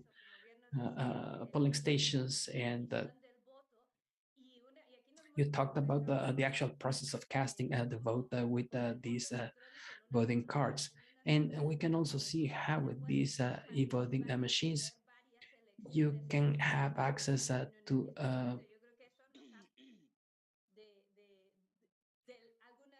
mechanisms to vote for different elections, simultaneous elections. I believe that this is super important. And the other part has to do with the proof of voting. You have this combination of the physical handling or use of ballots with manual counting. And you explained the collection of votes process, and the use of DVDs, which means that not all the machines are connected to a system that may be susceptible of being hacked. And you also showed information about the operation of these elections with e-voting machines, including aspects such as storage, data storage, and even temperature control, which you need to store these machines. All of these, I believe, that is highly enriching and interesting. And in the context of 2021 elections, as far as we know, it was a successful experience. This clearly shows that the technological changes not only combine benefits, but it increases security levels with traceability while meeting the requirements in terms of oversight, scrutiny of the process. I believe that this is a super great experience, and we're grateful for your sharing this information with us. Next, we have the participation of our friend from Venezuela, Carlos Enrique Quintero, who is the president of the National Electoral Board. He's an attorney. Go ahead, please. Good afternoon to everybody present here from the different countries in our continent participating in this important forum on e-voting. I also want to thank the National Electoral Institute in Mexico for their invitation to the Electoral Board of the Bolivarian Republic of Venezuela. In the second decade of the 21st century, the use of technology in social processes is an unavoidable need that without a doubt contributes to their efficiency, and their application in electoral systems is something unheard of, something novel that definitely brings new challenges to electoral bodies. In Venezuela, we began dealing with this challenge 18 years ago, and based on our experience, we can say that the key factor is that of adapting the legal framework, which must be broad enough to guarantee an automation process that is robust, safe, subject to oversight, auditable, and with full guarantees for voters and political organizations and parties from a standpoint of respect for the expression of their political decisions or will. In the Bolivarian Republic of Venezuela, the organization of elections is the competence of an autonomous public body, which is established in the Constitution of 1999, which established a new republican model that went beyond the three powers by incorporating citizens and the electoral power, where the electoral power reflects the transition to a protagonic democratic participation as established in our constitution. Now, regarding the evolution of the electoral system in Venezuela, by 2004, one big question was what should be the electoral system that should replace the old system, which was characterized by the exclusion of large groups of society from the effective exercise of the right to vote, because they were not present in the electoral roll, even though legally voting was compulsory. By 1999, 3 out of 10 Venezuelans could vote. Most people who were out of the electoral roll couldn't vote because they didn't have a voting ID. The absence or the lack of policies to facilitate the exercise of voting by marginalized sectors meant that we had a deficit when it came to electoral infrastructure, because polling stations were far from the poorest sections. We had a manual electoral system without the security features with allowed for the possibility of fraud despite attempts to automate the process in those years. I mean, to make this system comply with the basic democratic principles, the National Electoral Board in 2004 implemented a strategic plan with 3 main objectives. The main one, or the first one, was that of including all Venezuelans of voting age in the electoral roll. And the second was to automate the electoral process in each and all of its stages, adapt the infrastructure of polling stations and electoral centers from a quantitative and qualitative standpoints. These are vital elements in electoral processes which were combined with others that today are a key or a core part of elections. And the area where we have made the biggest efforts to guarantee both is the electoral guarantees system backed by a solid constitutional legal framework and policy framework. As we can see in the next slide, up until 1997 in Venezuela, the system was completely manual. Since 1999 all the way to 2003, attempts were made to automate comprehensively the electoral system. However, there was no success in that effort. However, it was possible to automate a part of these core processes, including an automation of the process, but only partially. But there were no sufficient guarantees to determine or to conclude that the vote of voters was fully respected upon casting their vote. In other words, we didn't have a framework of guarantees or auditing process that gave voters the certainty that the process was integral in each of its parts. It was only in 2004 that the National Electoral Board incorporated the concept of e-voting. And it was only then that embarked in a comprehensive automation process to guarantee, among other things, as a key aspect, vote secrecy.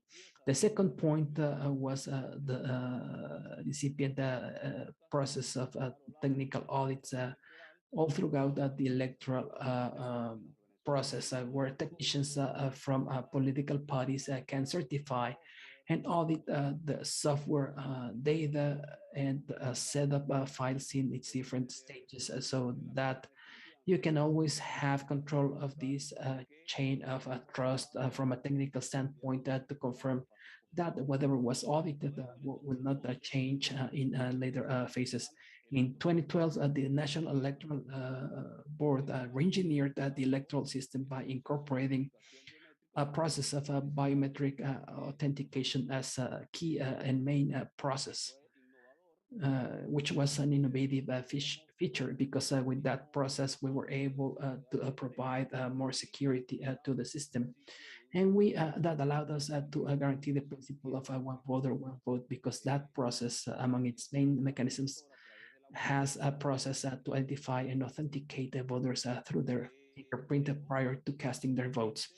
Then in 2020, the National Electoral Board, it had been working back since 2018 in the design of a voting machine that was much more friendly to voters, and also incorporating current technologies and features, in addition to robustness and all the autonomy these machines need to have. But also there was a re-engineering process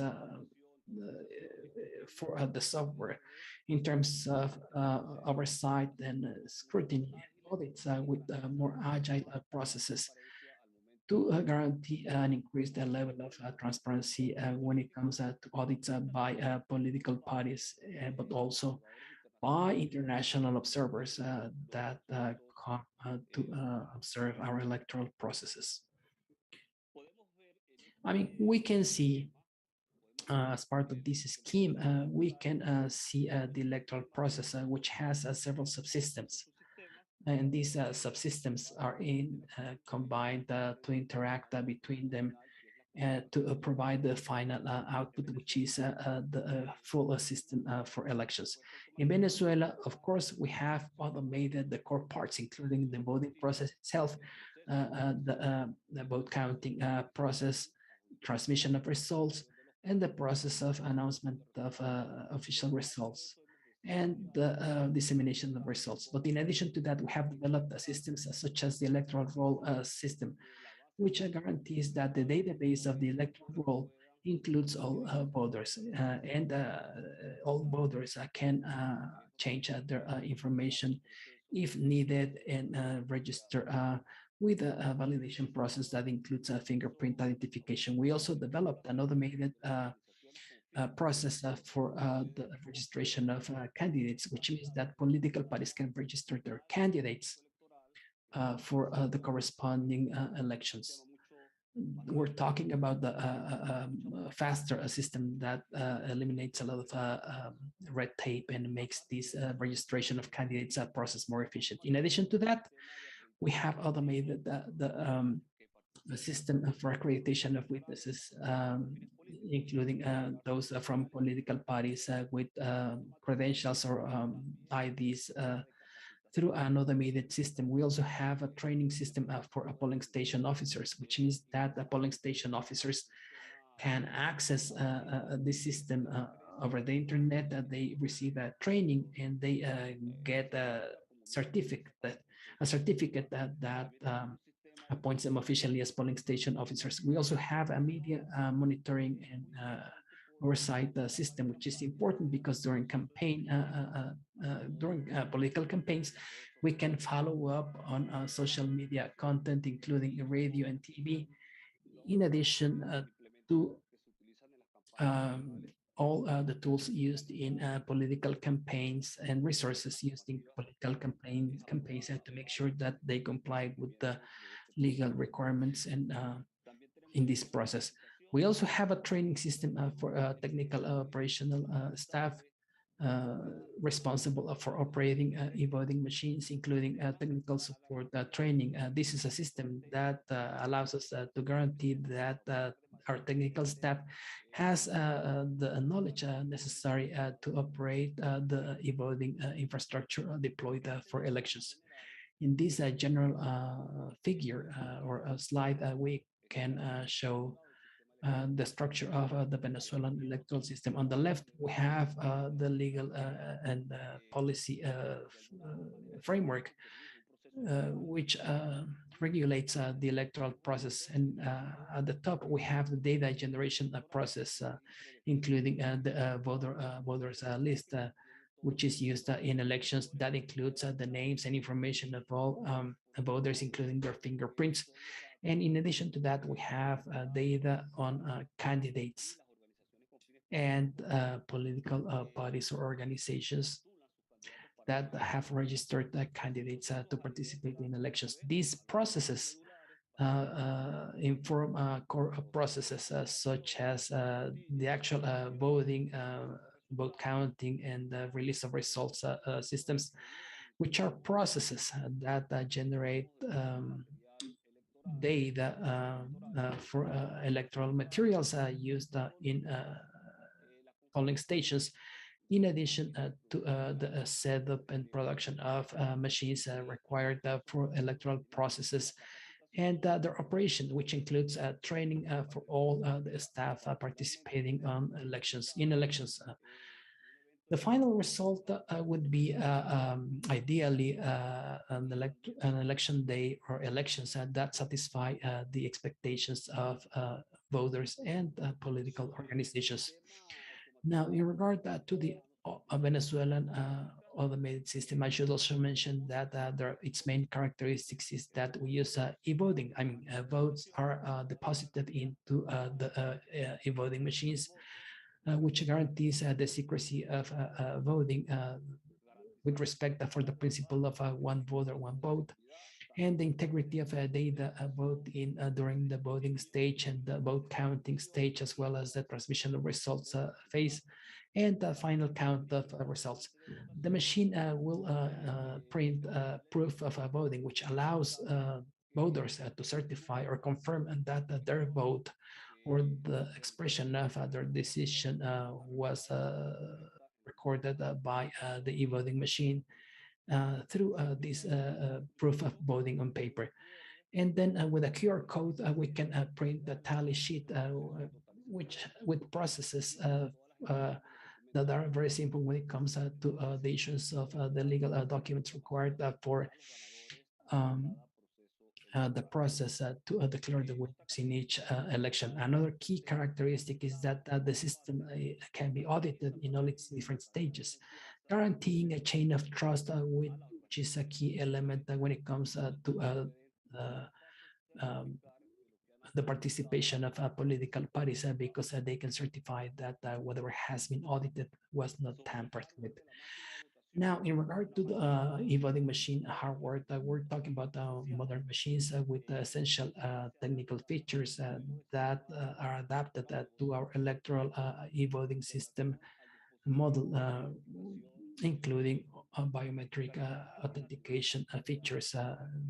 Its main characteristics include the fact that it has a touch screen with open architecture, scalability to prolong their useful life, and they also have batteries that can provide energy for as much as 12 hours.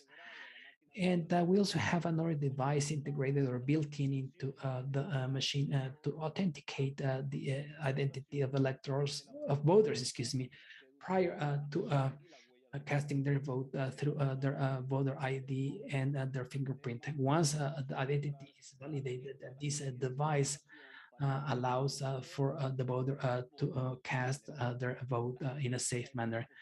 The main characteristics of this device include the fact that its design is compact, robust, it's sturdy, it's for heavy duty use with high resisting or high resistance keyboard with a system that allows for feature changes or adaptations like electronic IDs and cables with the passive communication that guarantees the connection between the e-voting machine and the touchscreen. Now, when it comes to electoral guarantees, well, this is an aspect that closely linked to the evolution of electoral processes in Venezuela in the last 2 decades. Since 2004, the National Electoral Board has been working on the design of a system of guarantees that respects the rights of voters and gives a certainty to candidates as well as political parties. We have developed a system of guarantees that is unique worldwide, which is something objective, something that can be studied, analyzed, and proven scientifically. Thanks to this rights protection system, we can guarantee the integrity of our electoral system with electoral results that are transparent and reliable, that reflect faithfully the sovereign will of our people. This system of guarantees has been developed together with political parties, which in every electoral process, together with registered candidates, can submit requests and make comments which are discussed and evaluated technically by the National Electoral Board and are implemented through continuous improvement plans to improve the electoral system. The system of electoral guarantees includes all the different elements of the election process with the use of software, technological infrastructure, configuration of files, deployment of a network and data transmission, among other things. In Venezuela, we have 17 audits on the electoral system during the electoral process. 13 of them take place before election day, one on election day, in which we audit 53% of polling stations, and that can be done by citizens, witnesses, and political party representatives with the objective of confirming that the actual results are backed by the e-voting machines, by comparing the information on e-voting machines against the ballot boxes. We have other 3 audits after election day. One of the most important is that of fingerprints, where we conduct an audit to certify that voters casting their votes are those authorized to vote because they were included in the final voters list audited by political organizations.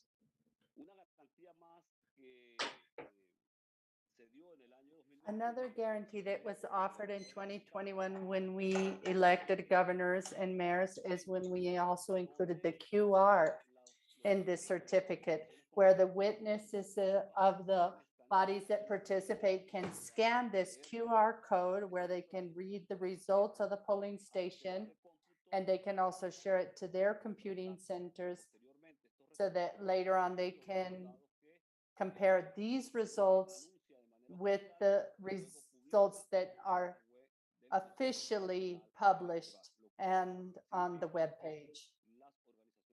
So this means that political bodies have another mechanism of guarantee to validate the electoral results. Biosecurity. It's also very important to state that our electoral body has done 2 things in the pandemic.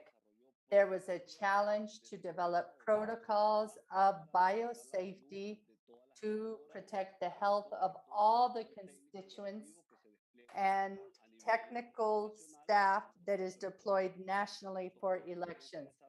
These protocols were also developed in the voting centers in the polling stations so that we could meet all the biosafety mechanisms set forth by the World Health Organization.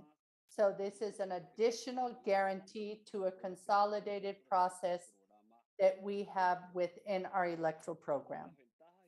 If we talk about challenges and advantages of the evolution of the electoral system in Venezuela, we can say that our system is inclusive, reliable,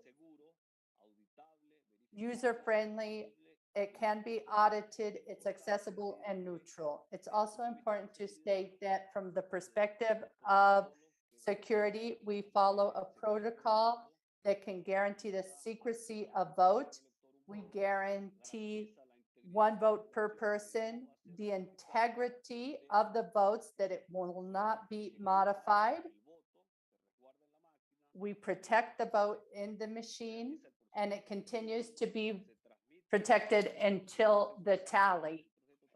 And then you can add up the whole process to tally all the results. And we say it's neutral because it follows a legal framework that has been previously approved by the National Electoral Council and discussed by the organizations themselves.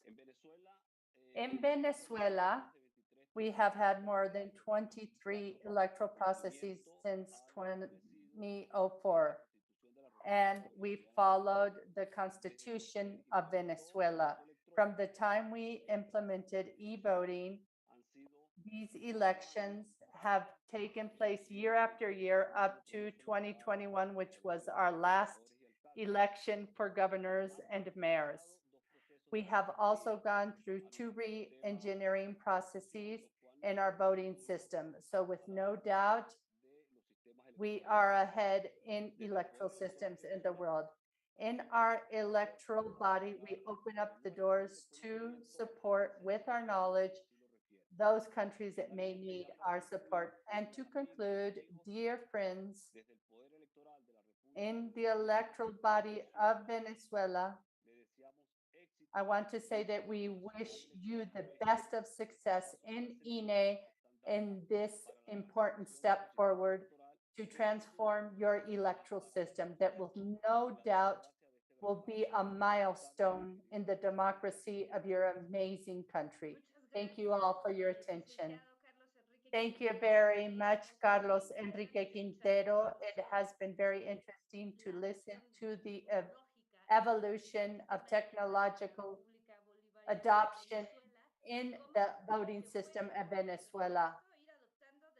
And you have adopted it from the legal framework, and you have developed various pilot programs and trials until you are able to guarantee integrity and transparency and make it auditable in all the areas. And you also talked about people and the identity of those who can vote, the need of having a national identity card so you can create a registry of voters that is reliable, where each person that has the right and obligation to vote is included. You also talk about the steps to guarantee the secrecy of our votes. And our point, it has been a debate. How can we guarantee the secrecy of votes when we use e-voting? And you have also talked about how these measures, how this chain of trust, of custody, to guarantee the protection of the votes in each step is an experience that, like you said, Carlos, offers us a reference to follow and to know how to adopt it in Mexico when it's our turn to do it. We are now going to give the floor to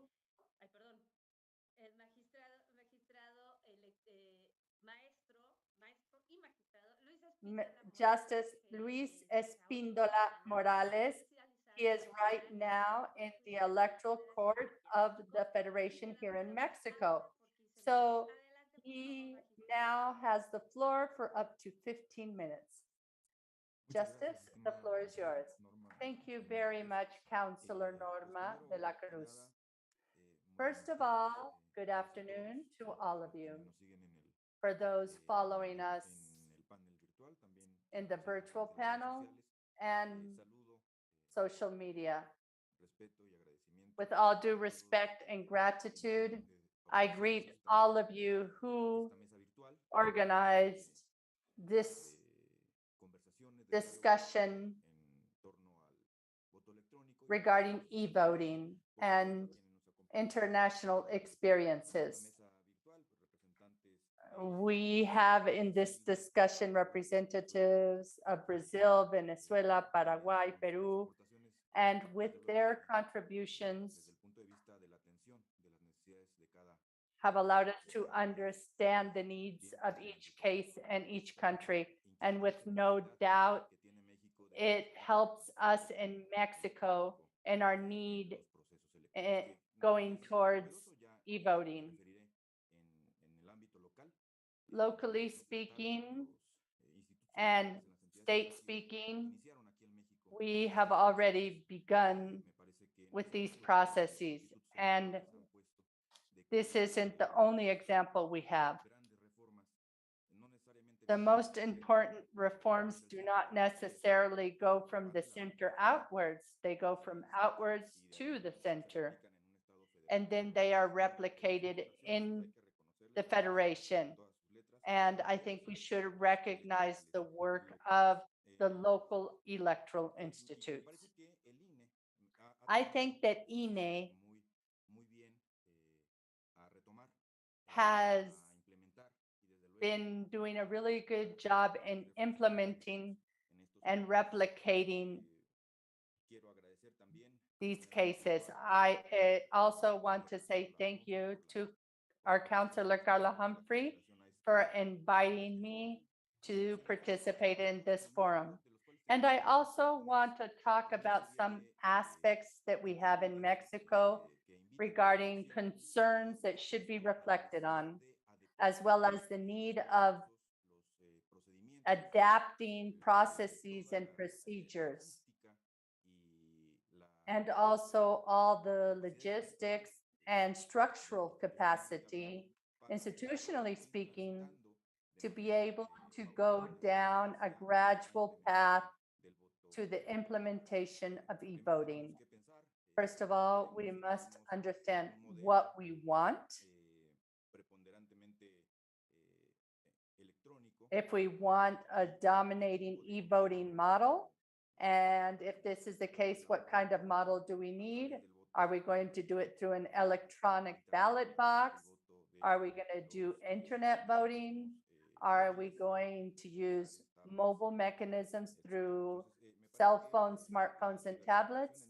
Well, I think that diversification here is so important, and we have to reflect on them. I want to share some examples of e-voting in Mexico. We've done it in Aguascalientes, Campeche, Jalisco, Nuevo León, Sonora, Tamaulipas, Yucatan, Zacatecas, mainly. Coahuila, with no doubt, has been a reference, as well as Mexico City, in the implementation of e-voting. In Mexico City, we had drills in 2003 and Coahuila in 2005, and various elections for governor, city representatives, citizen participation, etc. We have a lot to learn from our local electoral institutes. Before I was in the electoral court, here I had the advantage of and honor of being an electoral counselor in my homeland, Querétaro. So what aspects do we have to reflect on? Well, first of all, we want to learn from our national experience. We need to exploit it, enrich it, and of course, learn from international experiences. The speakers before me have shared amazing ideas that can be adopted to identify areas of opportunity that are useful and that truly could help us go forward and also be used nationally. So what do we need in Mexico? We need structural reforms. We must think not only about our electoral system, but we have to think out of the box. And to think out of the box means to think about the development of public policies, citizen culture, and digital literacy. Now, kids and teenagers will be the digital citizens for tomorrow. And I think that aside from reducing costs, we can have further security and certainty and auditability of the processes of citizen participation through e-voting. So we have to think what educational plans, what programs have to do with the awareness in early stages of the use of new technologies, education plans, civic education, responsible use of IT. And of course, this also has to do with the implementation according to the times before, during, and after elections. Digital education is the best way of preventing bad practices and distrust of citizens.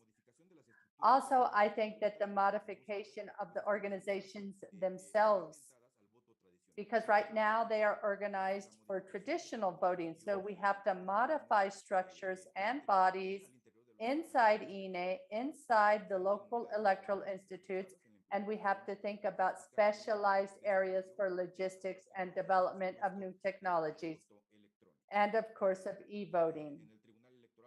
In the electoral court of the Federation, obviously this aspect is not isolated, and the digitalization of processes have to follow the implementation of the structural work of the electoral bodies. We have to have mutual understanding to become much more agile in the processes, especially, for example, to contest results, to present claims, or any circumstances that have to be met. So I also think that if we talk about electoral crimes, it's important to think about specialized units. We have to think about training, awareness, what institutions are going to be involved in situations of this nature, as well as INE, what other institutions are we talking about? For example, public education, National Guard, cyber police, scientific police, CONACYT, the Federal Institute of Telecommunications, Investav, the IPN, NGOs, civil society organizations, as well as all the organizations that are international that can guide us in our process, as well as state organizations in Latin America and other regions that could enrich the implementation and adaptation according to the Mexican needs. We go through institutional and organic reforms, meaning what laws have to be revised. We have general laws for elections, and these general laws want to standardize the processes, and through general laws, they establish general principles that would have to be implemented by the federal entities depending on the local needs in Mexico, because Mexico is made up by many Mexicos, and it has different needs in different areas according to each case. The general law of institutions and electoral processes, the general law of political parties, the general law of recall, laws of contesting of electoral crimes, among others. I also think that it's very important to consider and rethink electoral bodies. Are we going to go towards e-voting with the idea of specialized polling stations, or are we going to go to e-voting centers or mixed centers that can allow voters to vote in a more easier way? Is it going to be just one day of voting, or are we going to follow a model of anticipated voting like we already do with nationals abroad? We also have to think about the attention of voting regarding people who are vulnerable. For example, I consider the case of communities that do not have communication, where they do not have internet access or to e-ballot boxes.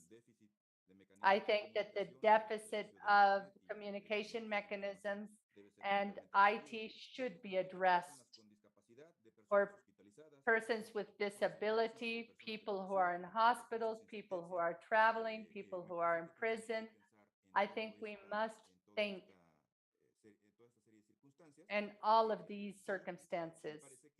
And I also think that all of this encompasses a process that has to be audited, to have transparency in the processes, to have a clear, permanent, continuous process of electoral observation, and that it be auditable and to offer certainty. These are constitutional principles that have to be addressed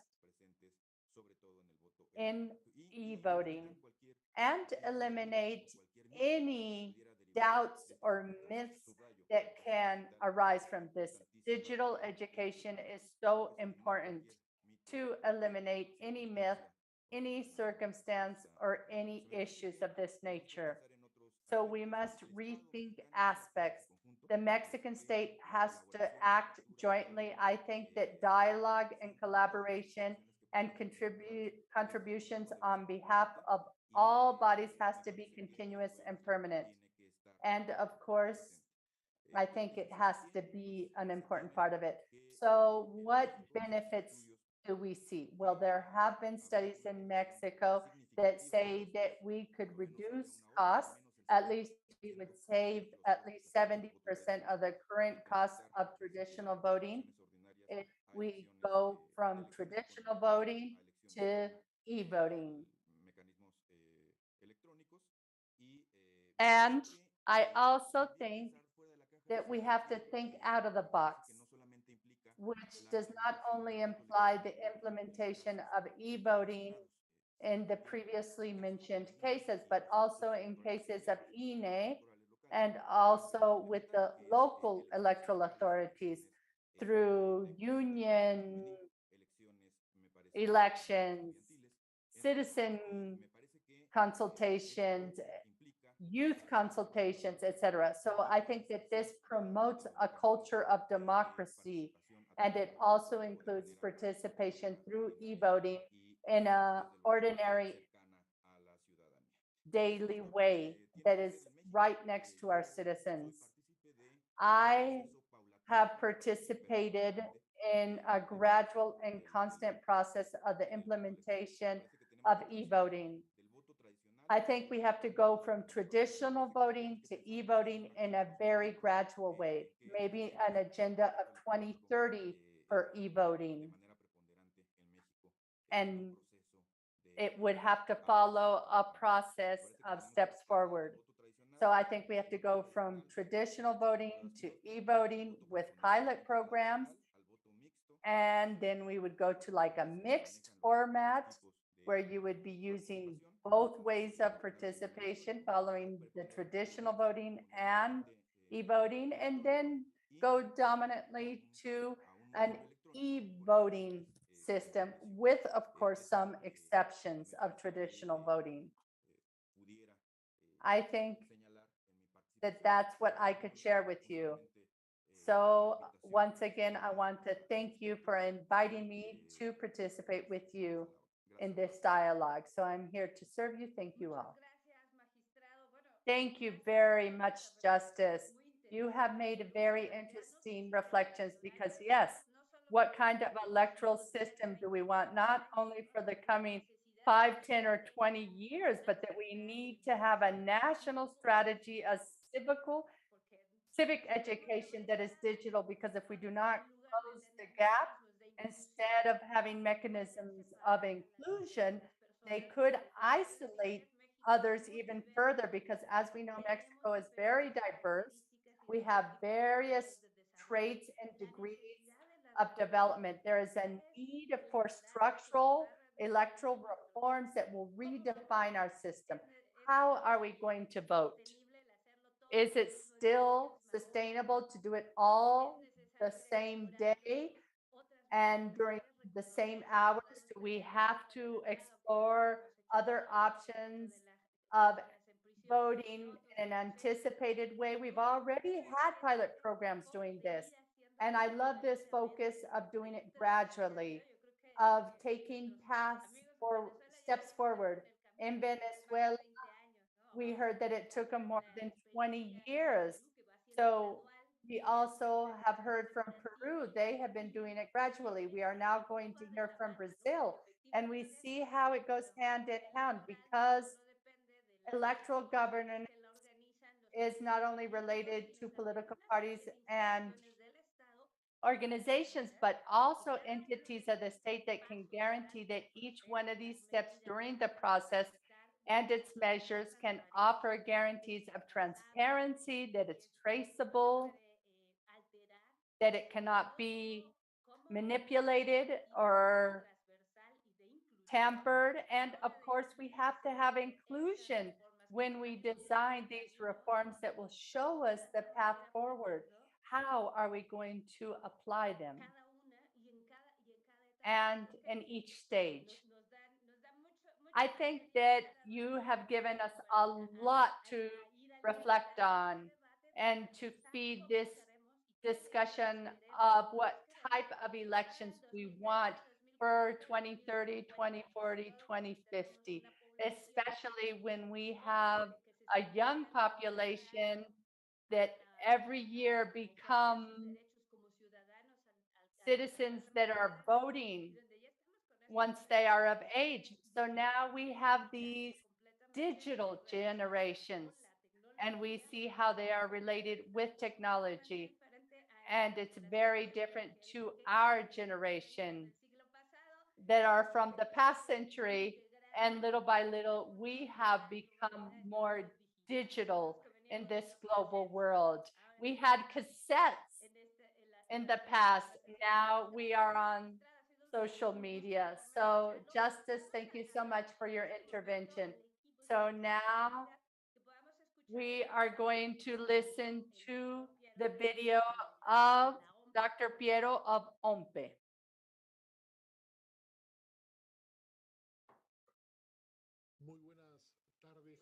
Good afternoon to all of you. For me, it's a great honor to participate in this very important event organized by INE in Mexico. Thank you for the huge generosity of Mr. Lorenzo Cordova, as well as all the representatives of INE that allow for INE to be an electoral reference in all of Latin America. I want to take advantage of this introduction to apologize for not being able to be with you in the same time due to complications of my agenda. Today, I am going to have to share this recorded video. It's the only way I can be with you. Of course, I want to apologize for sharing through a video. And I ask for your permission to present, with all due respect, a PowerPoint presentation that will allow me to share what we have been doing in the recent years. We are going to talk about the legal framework, how e-voting has evolved, the solution that we are betting on through digital voting, and also looking towards the future. When we conceive the general organization for elections with the reforms of the Constitution of '93, and we have 3 electoral bodies now, before there was just one.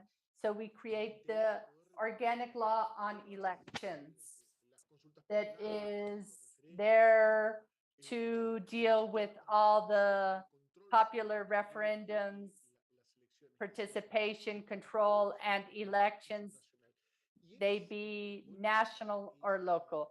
So it's very important to underline the fact that this legislation is full of laws and it precisely states how things should be done. And some aspects are dealt with through regulations. So in our organizations, we see that it's our maximum authority and oversight of elections. And we see the whole organization of the process as well as the whole registry that is taken care of by another body. So all of this organization of the electoral bodies under this legislation follows very specific rules. And this is how we begin to debate in a more solid way in the Congress of the Republic in the beginning of the year 2000 regarding the need or not a need of using e-voting. And in 2010, OMPE is authorized to regulate e-voting in Peru. And obviously, this pushes forward what we had begun to do with experiments, activities, non-binding activities of e-voting, etc. So I'm going to share a timeline that we have. In 2011, we began with some applications through popular referendums, etc., but it was very limited here. And it's not until 2016 and until 2018 where we can truly perceive an important leap of using e-voting. In 2016, for example, 19 districts used e-voting. In 2017, 15 districts, and in 2018, we used them for referendums and for 39 districts. So there we made a very important leap in the use of in-person e-voting. However, I think that we must be self-critical regarding this activity. In principle, this is an action that had taken place inside the institution, and it wasn't so convincing like we thought it should be. We are convinced that e-voting should come from a need on one hand, and on the other hand, we must convince our political actors, our political parties, of the need, of the benefits of using this way of voting. And I think that OMPE was able to do much more. And it had been through the last years where we had the use of e-voting that was part of a whole political theoretical discussion to determine if we should do e-voting or not, considering the fact that this was a homemade solution.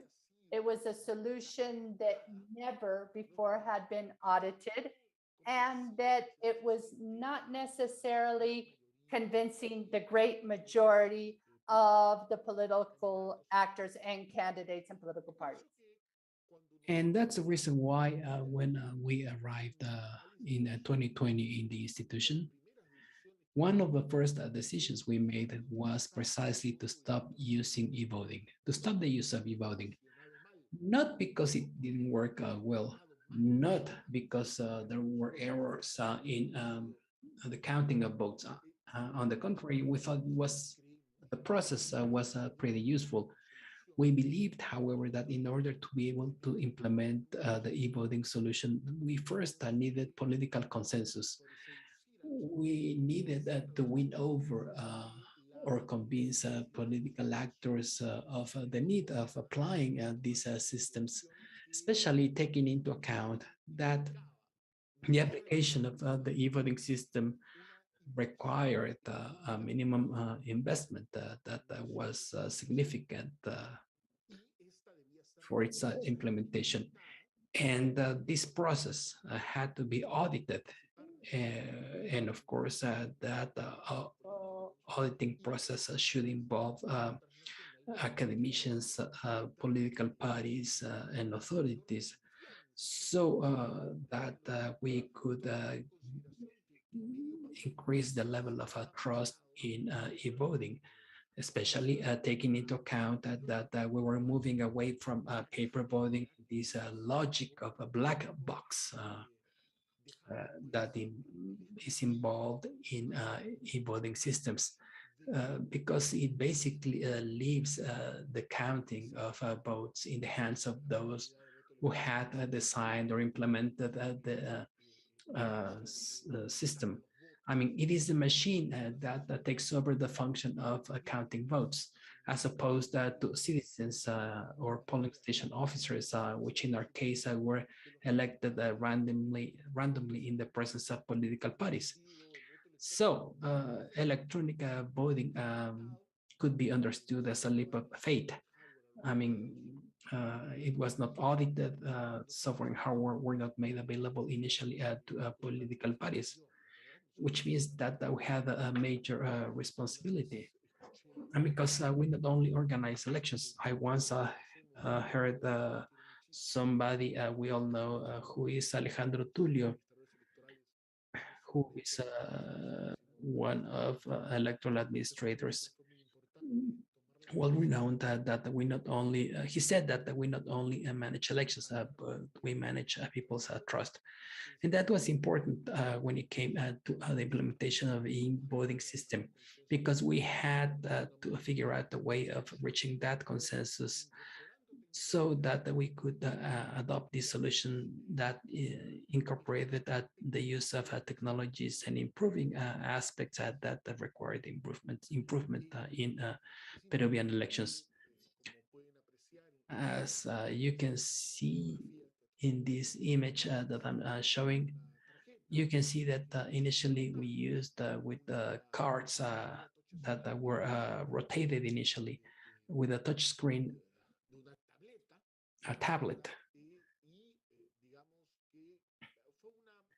I mean, that was an interesting experience. However, obviously, we didn't think about the long-term plans, and both the technology and the hardware quickly became obsolete as time went by. But it was an important experience because this was a homemade solution. And I believe that that's one of the main elements to take into account. I mean, at the time, it was a solution used by more than 1.7 million people, citizens, both men and women. And even though it was incipient, it reduced the possibility of errors in the entry of data into tally sheets, and it allowed us to have rapid results. But whenever deployed a mass application, I mean, we're talking about 1.7 million people, but our electoral roll includes more than 24 million people in subnational elections, and at least 1 million more in national elections, because that includes Peruvians residing or living abroad. So even though it was a good technology and it worked well as time went by, this technology for the 2016 election meant that we had to deal with problems such as the exhaustion of batteries and charging systems, and the doubts among political parties meant that in 2020 we made the decision to discard the use of e-voting. Instead, we thought that we need to use technology in polling stations. We're fully aware that one of the main problems of elections in Peru has to do with the number of tally sheets with observations. I mean, these do not go directly to our computer, our IT centers, but are subject to the opinion or the verdict of electoral authorities with an overload for jurisdictional organs or bodies which have to resolve on these conflicts that involve tally sheets. That's why we developed a homemade technology that is known as STAI, technological solution to support vote counting. It has great advantages. This technology has great advantages because all you need is a laptop and a printer for each polling station. Yes, we could share a laptop with several polling stations, but right now the decision has been made to use it to use one laptop for each polling stations. And you need some technical skills. And one of its main advantages is that it facilitates the work of polling station officers when it comes to entering information into tally sheets. These errors may involve the lack of entry of data that could be text or numeric data, or differences between the number of voters and votes cast. The problem of legibility, excuse me, because tally sheets that are done manually are sometimes illegible, and there may be errors in arithmetic calculations in the additions in the tally sheets. The system will warn you about those inconsistencies. As a polling station officers, you can always take the steps. It's basically an Excel spreadsheet in its core with features that will guide you so that you can identify inconsistencies with this voting modality, which has been implemented since 2014. With this technological solution, we have made progress. And now in our municipal and regional elections, we will reach the peak of its application with 8,000 out of more than 8,000 out of 84,000 polling stations. So 8,000 polling stations will be able to implement this solution. In the past, it was known as the automated vote counting system, but this is not exactly what this solution does, because this solution is far more advanced because now it includes features such as digital signatures. And I mean, it's not actually a counting system because the ones doing the counting are polling station officers in charge of that. It just facilitates the work of polling station officers. It's important to mention, so that you can understand the success of this system. It's important to mention that out of 4,200 tally sheets that we dealt with in internal elections on May 15 this year in internal elections for political parties, out of 4,200 tally sheets, we only had observations or objections to 5 of them, which is a significant reduction considering the traditional numbers or the usual numbers of tally sheets with observations or objections that existed in the past.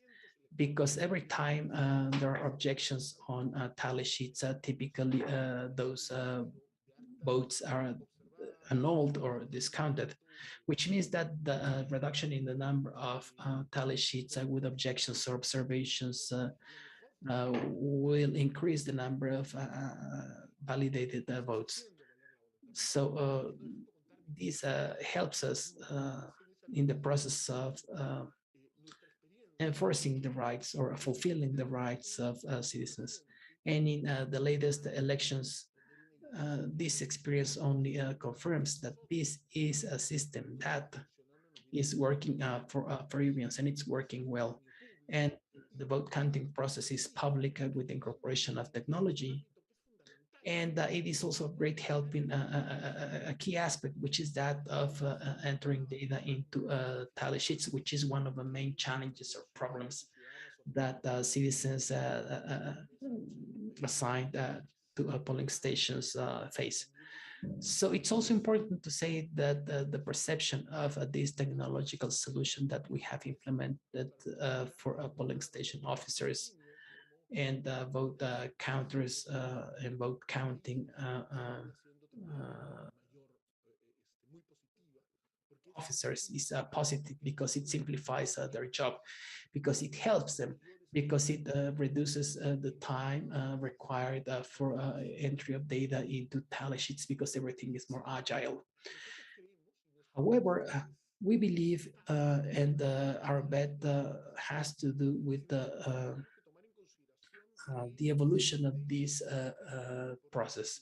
There is, however, a significant percentage of Peruvian voters, at least 1 million of them, based on information from the Immigration Department, that reside abroad. But this could be 3 times as much because we have another registration of Peruvians living abroad, because it is very difficult for them to get to consulates where they have to register and then voting. So of the 1 million of Peruvians living abroad, only 1/3 end up voting, and we want to increase that percentage of participation, because it's essential for us to do it. And that's the reason why OMPE since 2019 has been working with a homemade solution with our own servers, to implement non-in-person e-voting, which has worked appropriately, I believe. We have hundreds of process of technical assistance to support civil society with the participation of unions, municipalities who have made use of e-voting. And that's the reason why we believe in 2022 we are in conditions of taking an additional leap.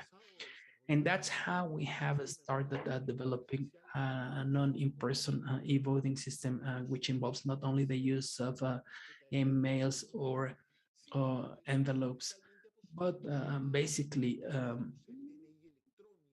promoting the use of the electronic ID, which is as a great tool of our voters registry, with card readers, or a system that allows for the use of smartphones to validate your identity, so that these 1 million Peruvians registered can vote.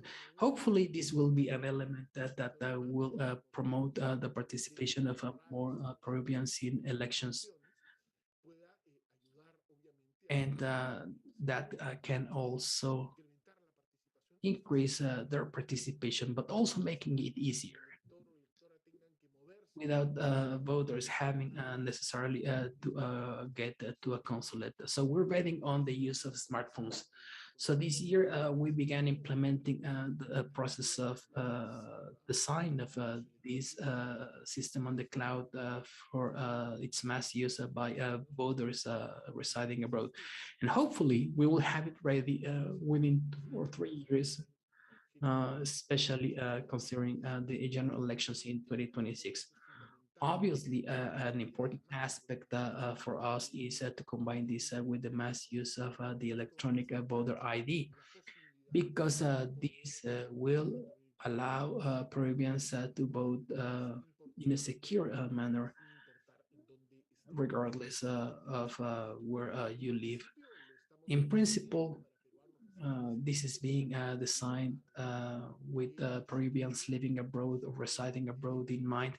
However, we believe that we should start implementing it um, on the basis of the will of voters. I mean, our purpose is not to make voting mandatory. I mean, we're doing it with a voluntary approach, which means that Peruvians living abroad will be able to determine if they want to use the in-person or non-in-person system. If they decide not to vote in person, they can use this system. If this system, after a series of audits, is proven to be acceptable for political parties and Peruvians residing abroad, we should consider that as part of our portfolio of voting tools for Peruvians living within the country.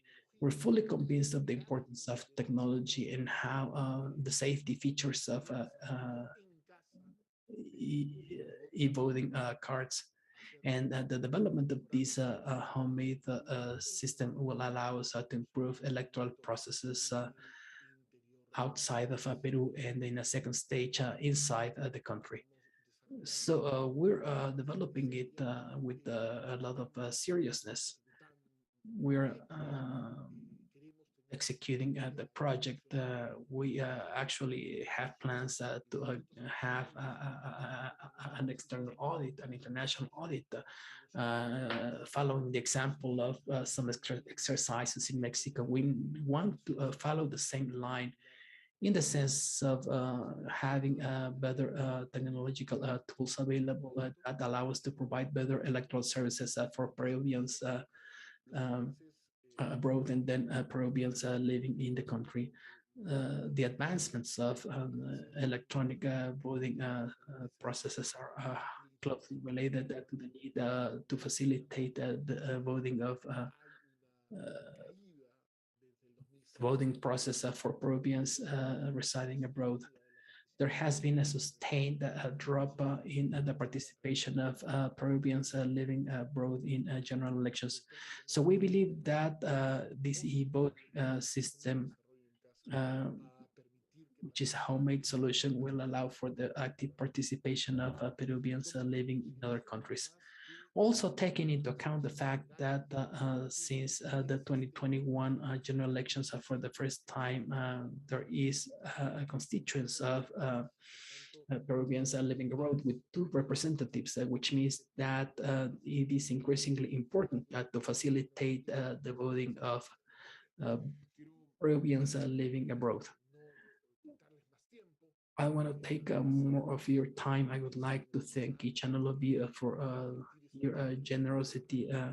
And again, I want to apologize for not being there with you in person, but we have a series of responsibilities that have to do with the upcoming subnational elections in October with 2,000 circumscriptions that require our presence outside of Lima. But I want to thank Lorenzo and each of the different councilors of INE and its public officials, reiterating my admiration to INE as one of the most prestigious electoral bodies in the region. And for many of us,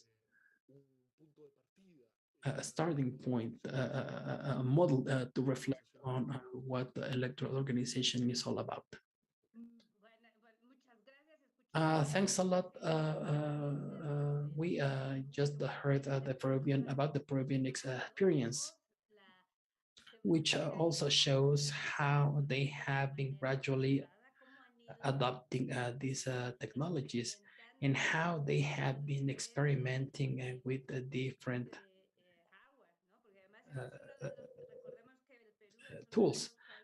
Because we should also remember, we should also bear in mind that Peru manufactures their own e-voting machines.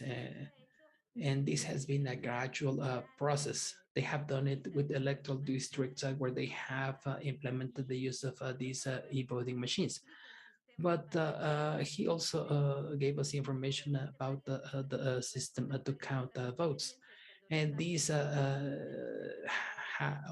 when you speak about voting abroad, uh, we find some similarities because in Mexico we have a voting system for Mexicans residing abroad with other modalities, such as voting by mail, voting on the internet, and in these upcoming elections next year, we'll have the first pilot test for in-person vote abroad. And many of the challenges mentioned by our colleagues in Peru are very similar to the ones we're facing, because we're wondering how we can involve residents abroad more and more so that they can participate actively in the different processes, and how we can provide them with the tools to cast their vote. We should also remember that in the case of Peru, voting is compulsory. Obviously, we have a series of experiences and recommendations regarding this challenge, not only to increase reliability on processes, but also to improve each of these different elements to guarantee reliability of electoral results. Let's move to the next presentation. Now it is the turn of Dr. Julio Valente, who is a member of the Brazilian Electoral Tribunal.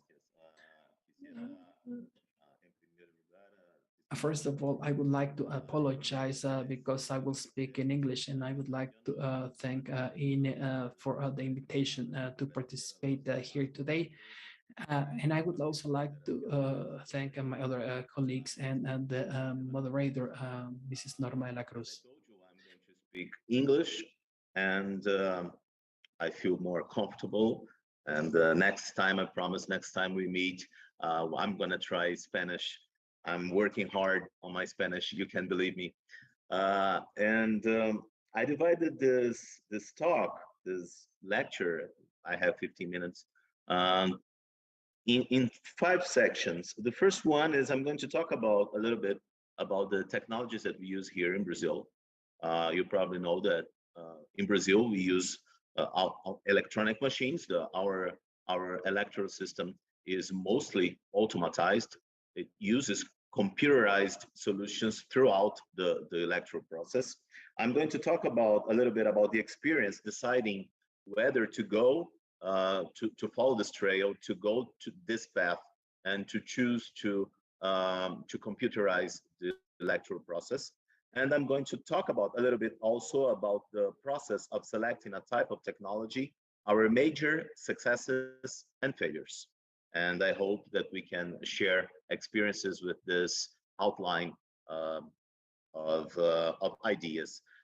First of all, as you probably know, in Brazil, we have an electoral superior court, which together with electoral regional courts form what we call our electoral court system.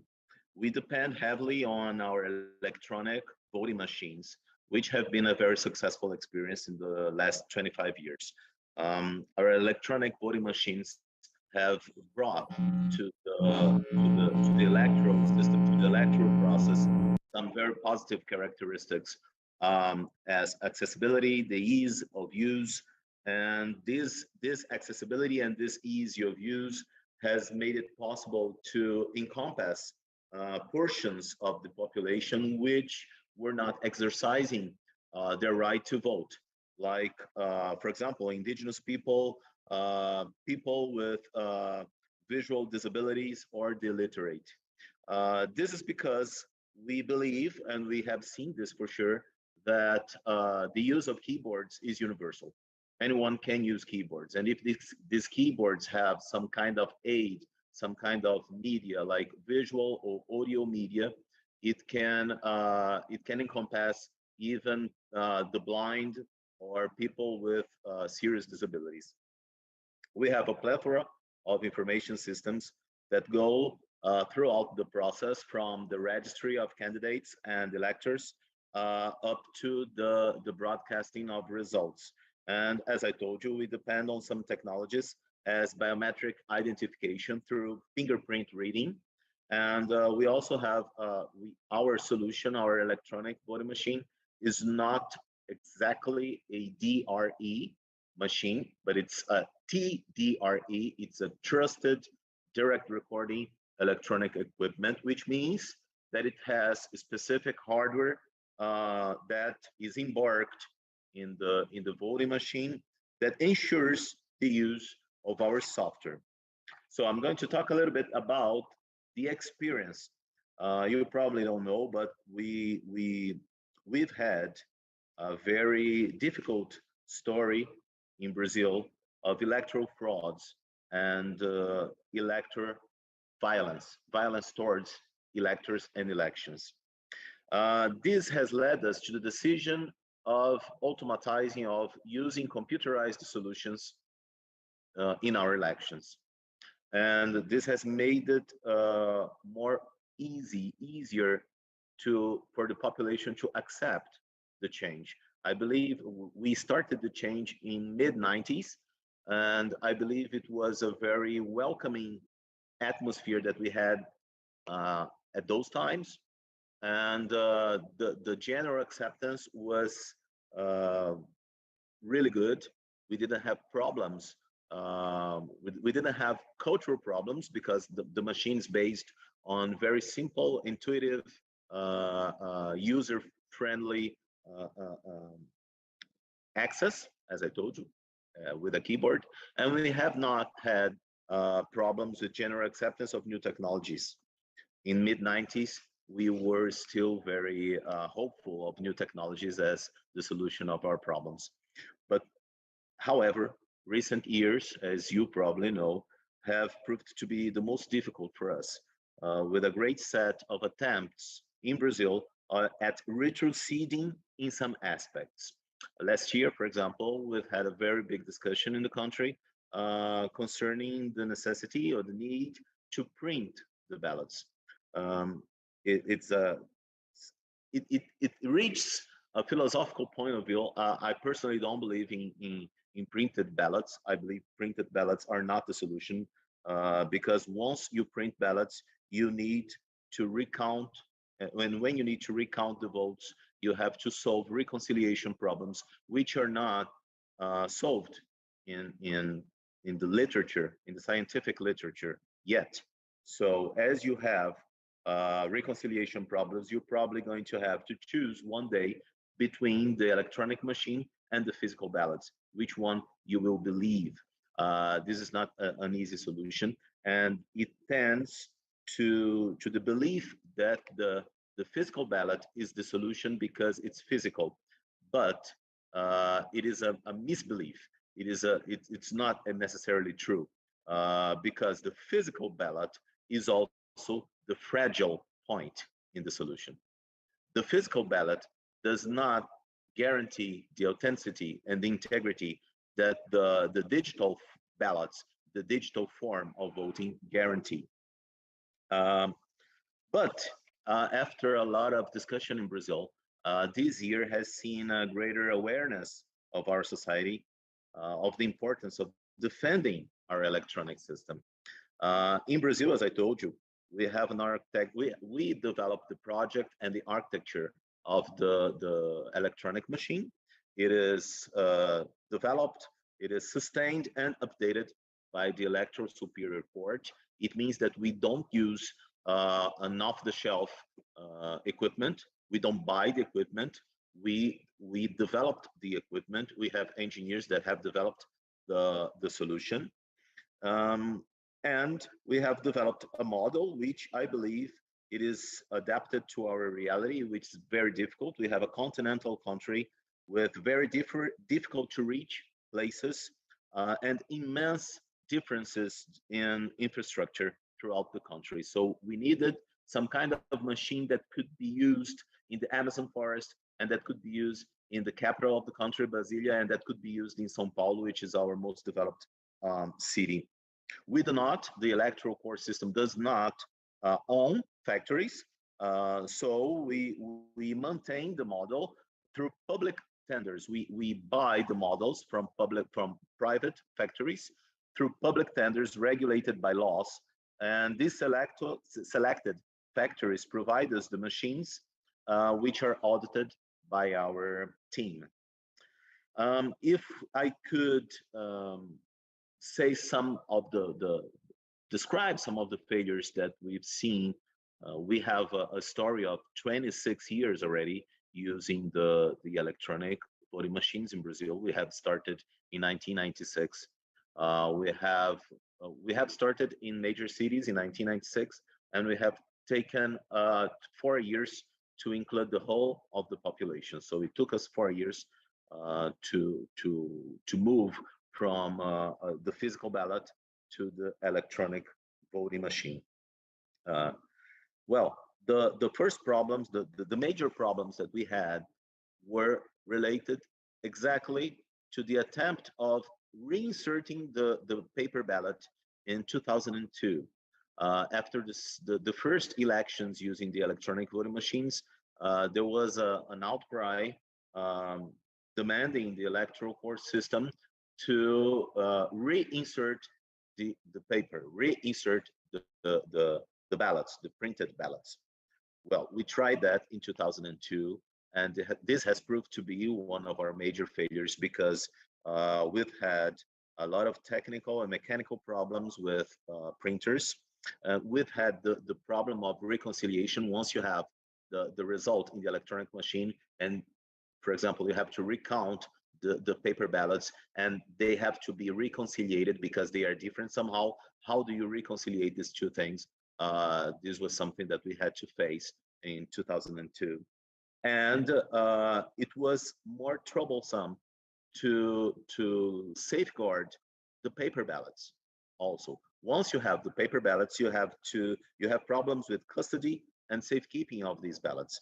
And we believe that attacks to the elections, attacks to the paper ballots are easier than attacks to the electronic machine, because it's easier, for example, to invade or to start a fire on, for example, on a group of paper ballots than to erase digital ballots, which can be infinitely copied, and all of these copies can be guaranteed in terms of integrity and authenticity.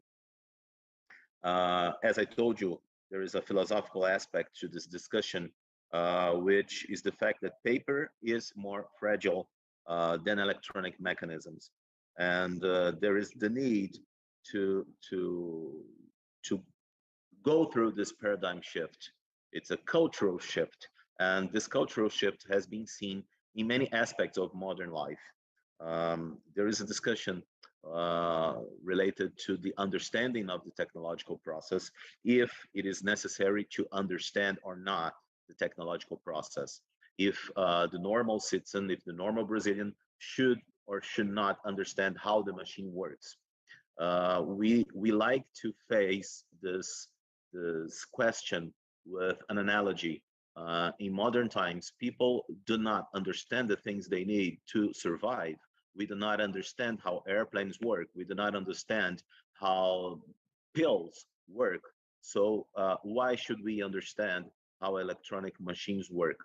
And why do we go on airplanes? Why do we take pills or medicines every day? And we are very comfortable with that because we have, in modern times, what we call the trusted third parties, which means we have institutions that audit, that inspect factories or providers of airplanes or medicine, and we can trust these institutions. So I believe there should be, in this relationship between the election management body and the normal citizen, there should be a trusted third party, which I believe should be the political parties, which should inspect all the development of the electronic voting machines and should thus assure or ensure the integrity of the process to the normal citizen. So the normal citizen does not need to understand all the technological aspects of a solution to use the solution. As I usually say to my fellow colleagues here at the electoral Superior Court, we do not understand how our clothes are made. So why should we understand any electronic equipment? We do not have to understand this. We need to have trusted third parties which are able to inspect the production, the development of the solutions, and which are able to ensure to the society, which have the constitutional duty to ensure to the society the general integrity of the process. Concerning the successes, I believe one of the most important successes that we have seen so far is the use of embarked hardware. We have a very specific circuitry, embarked hardware, I mean, not software, embarked hardware that ensures that our software is used. So we are very comfortable in saying that we are not prone, for example, to having, for example, viruses, software viruses, or alien software codes running in our electronic voting machines. So this is one of the differences that we have. As I told you, we have not a DRE, but a trusted DRE electronic equipment. It means that we are not our machines are not exactly direct recording electronic, but trusted direct recording electronic. I'm almost out of time, and I would like to end by giving a small piece of advice to the institution, which is here bringing us together, is that all changes in elections should be done step by step, slowly, not all at once. This is it. Thank you very much. Muchas gracias a Julio Valente con esta exposición que nos llevó de la mano. Thank you very much for your presentation. Y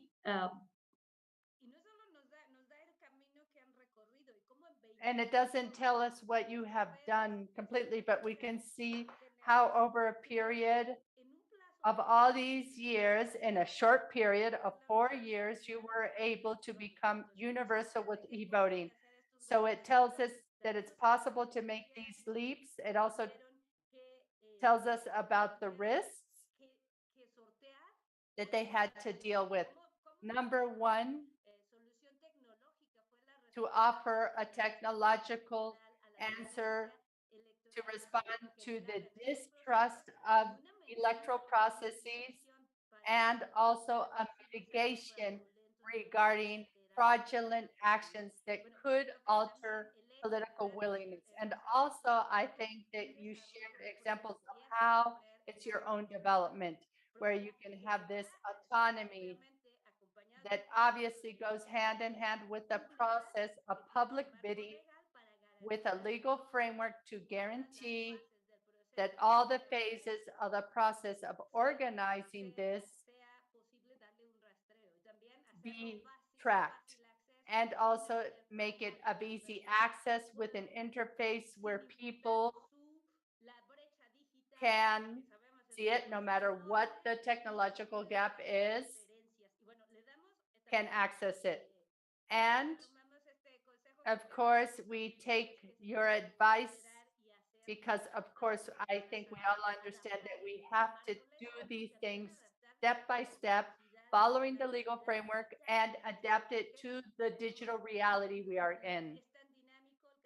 Because technological changes are so dynamic, so it's easy to fall in the trap of just buying equipment and programs because they have to be renovated practically overnight. So we have to consider how we can have hardwares and softwares that will last longer, and that, of course, allow us to have control regarding the ownership of these machines, and not depending on hardware and software that you have to buy from others. You have to have this control and autonomy. I apologize for interrupting. We have very interesting questions. We ask our Justice Luis Espíndola.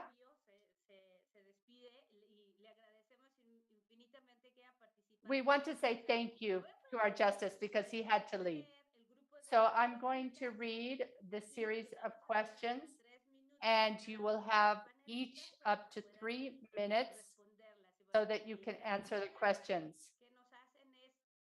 The first question: what are the costs of each electronic ballot box and how much does it cost to maintain them? That's question number 1. Question number 2: have you had lower levels of people contesting elections with e-voting? Number 3: are there representatives of political parties in the audits of the electronic ballot boxes and also with the implementation of these types of votes? Do you have a higher or lower participation? What are the processes that we have for contesting the results of a electronic ballot box? And how did you do the training of voters when they voted for the very first time in this way? And how have you worked on reducing distrust in e-voting? So we'll allow the speakers to answer in the same order. So Fausto, you have 3 minutes maximum, and you can choose which questions you want to answer. The floor is yours, Fausto.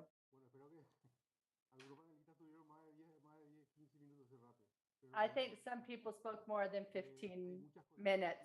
But anyway, there are many things to say about these questions. Regarding the cost, we leased our machines, and the cost for the municipal elections, which were our first elections, it was $22 million for 50,000 machines. It also included all the supplies, software, technical backup, and training for technical support, but that was the cost. For these elections in December, well, we had 2 elections, the primary elections and the municipal elections that took place in 2021. For 2022, in December, we are going to have elections, and then in April.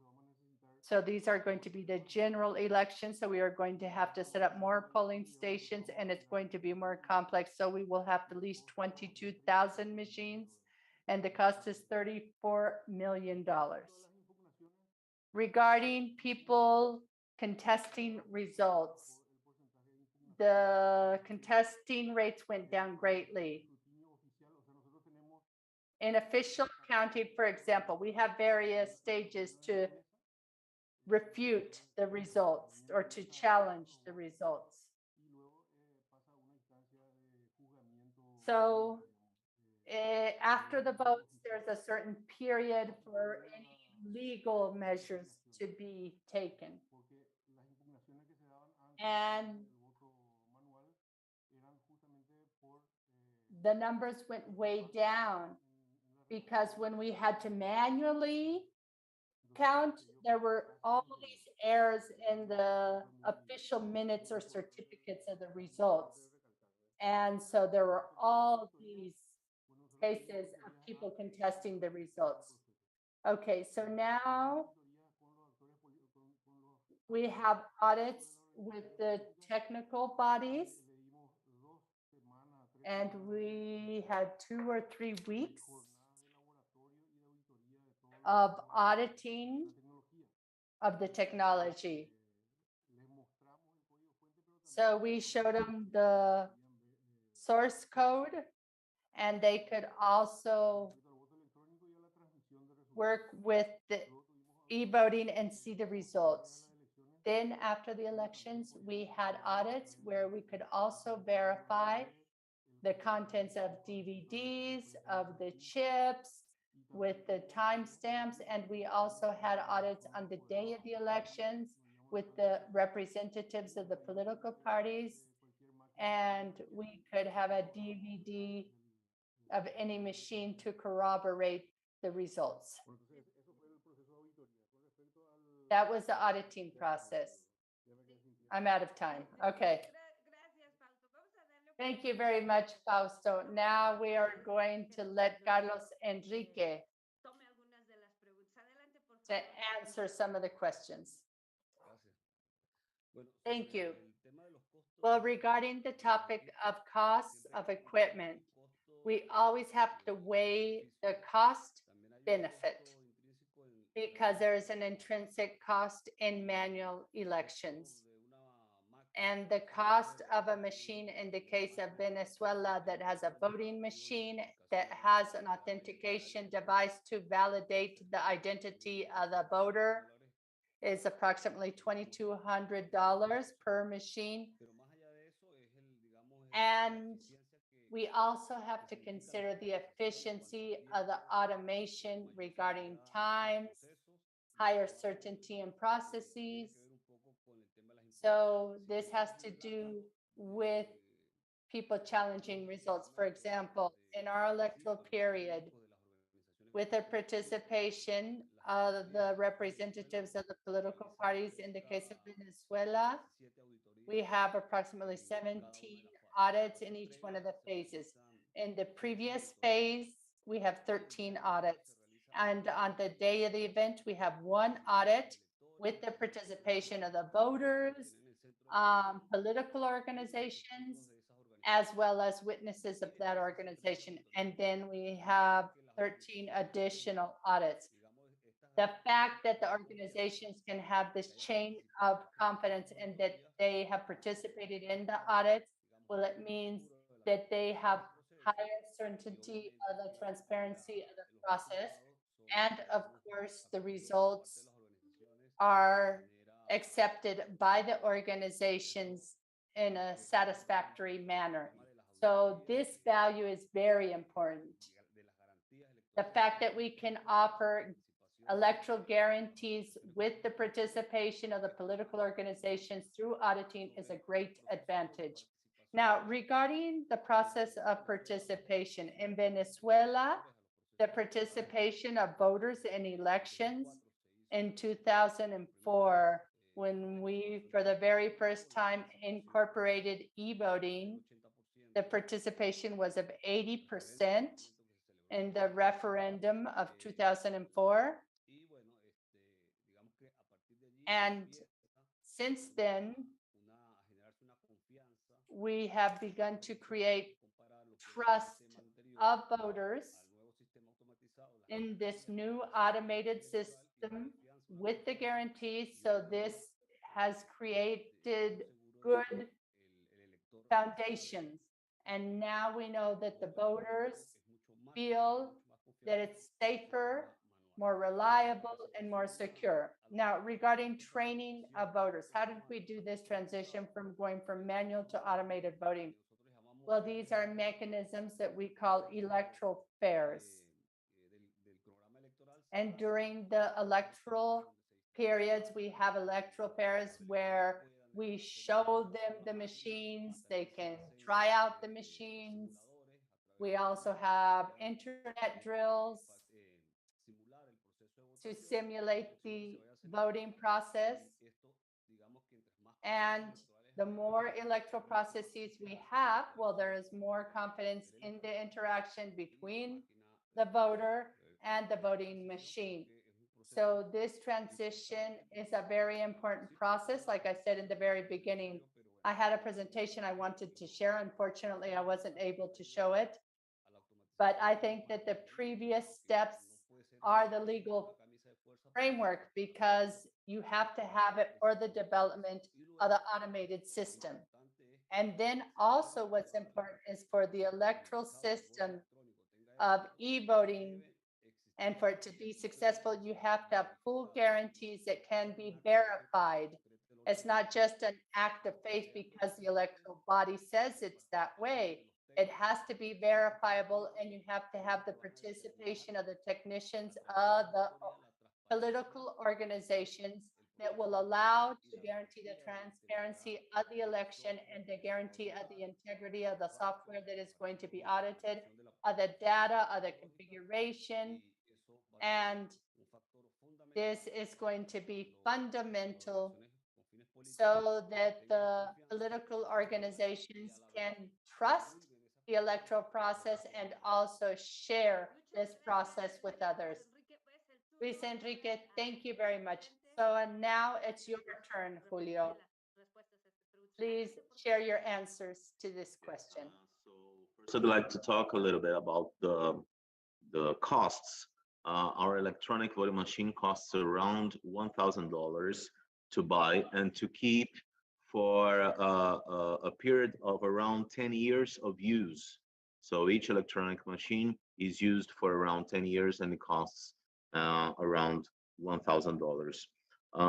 In relation to the questionings, las impugnaciones, I believe that with less frauds, and we have been able with electronic machines to get rid of the customary frauds that we had in the collecting of votes and in the tallying of votes. With less frauds, we have less questionings too.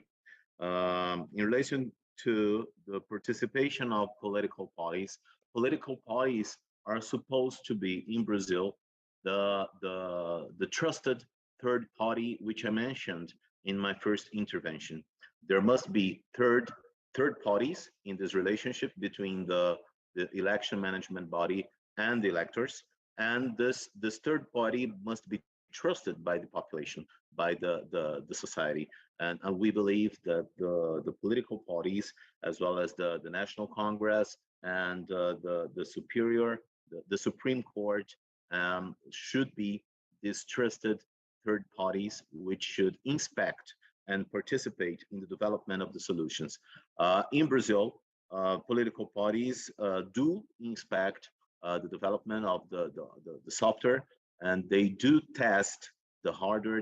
They participate in testing, inspecting, and also in the digital signature of the software, which is fundamental because based on this digital signature, we are able to avoid any alien software to run in our electronic machines. As I told you, we have specific embarked hardware which calculates the digital signature of the software and allows us to run only the software that was inspected and signed to run in the electronic machines.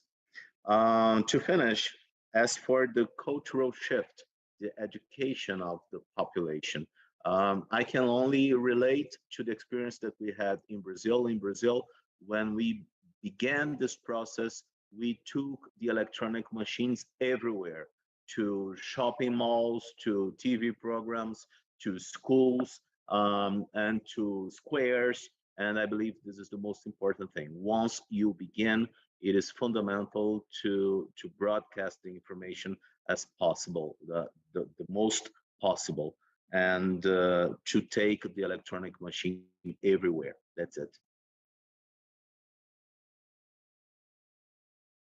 Muchas gracias. Bueno, obviamente Thank you very much. Obviously, these reflections allow us to have an overview, because when we talk about cost, it's not just the options of renting equipment, of creating your equipment that is not only allowing you to vote, but that also allows you to have biometric identification. And another thing that we think is very interesting is the shelf life of these machines. That's another element that we must consider when we decide to adopt a technological solution. Because according to the experience of Brazil, e-voting has to become a solution. And through the use of technology, we can guarantee the integrity and certainty to the electoral process. Also, Carlos Enrique was saying something very important, which is the active participation of political parties and national organizations that are very important stakeholders. And they have to have a technical capacity to oversee e-voting to ensure that once you seal the coding, that they can truly verify this and co-participate in its integration. And it also makes us rethink, just like you stated, the experiences that we are told when we have to convey this change from manual traditional voting to e-voting with e-ballot boxes. Well, we have to share information everywhere for everybody. This is a perspective that you don't do for the political parties and citizens. You do it with the political parties and with the citizens, because if you do not have this ownership process of the electoral process, and that we are going to have the guarantee that votes will be correctly counted, and just like Carlos Enrique was saying, you can't just have an act of faith. You have to offer the guarantees of transparency and integrity and maximum dissemination, so that each step taken can be understood by the citizens and political parties, as well as the institutions that are part of the electoral governance chain. This forum has been absolutely amazing. You have shared so much experience and knowledge with us. You have offered elements that will enrich the debate that is taking place in our country. And of course, this is based on sharing with you, learning with you from the success and challenges, and how in some cases we had to go slower to be able to meet this role. So we want to express our gratitude. It has been a great pleasure to listen to all of you so we can learn a little more about your systems. And we want to say thank you to all the people with us in this forum, and we will see you tomorrow. Tomorrow, we are going to have the conclusions to summarize all the topics that we have been seeing this week. So that is all. Thank you very much, and see you later. The INE wants to thank all the participants in this forum of e-voting, possibilities and challenges for its instrumentation in Mexico. Tomorrow, we reconvene 10 a.m. Mexico time. We are going to talk about e-voting mechanisms in Mexico and instrumentation of e-voting with the perspective of political parties, as well as the conclusions of this forum. Thank you all very much, and we wish you an amazing afternoon.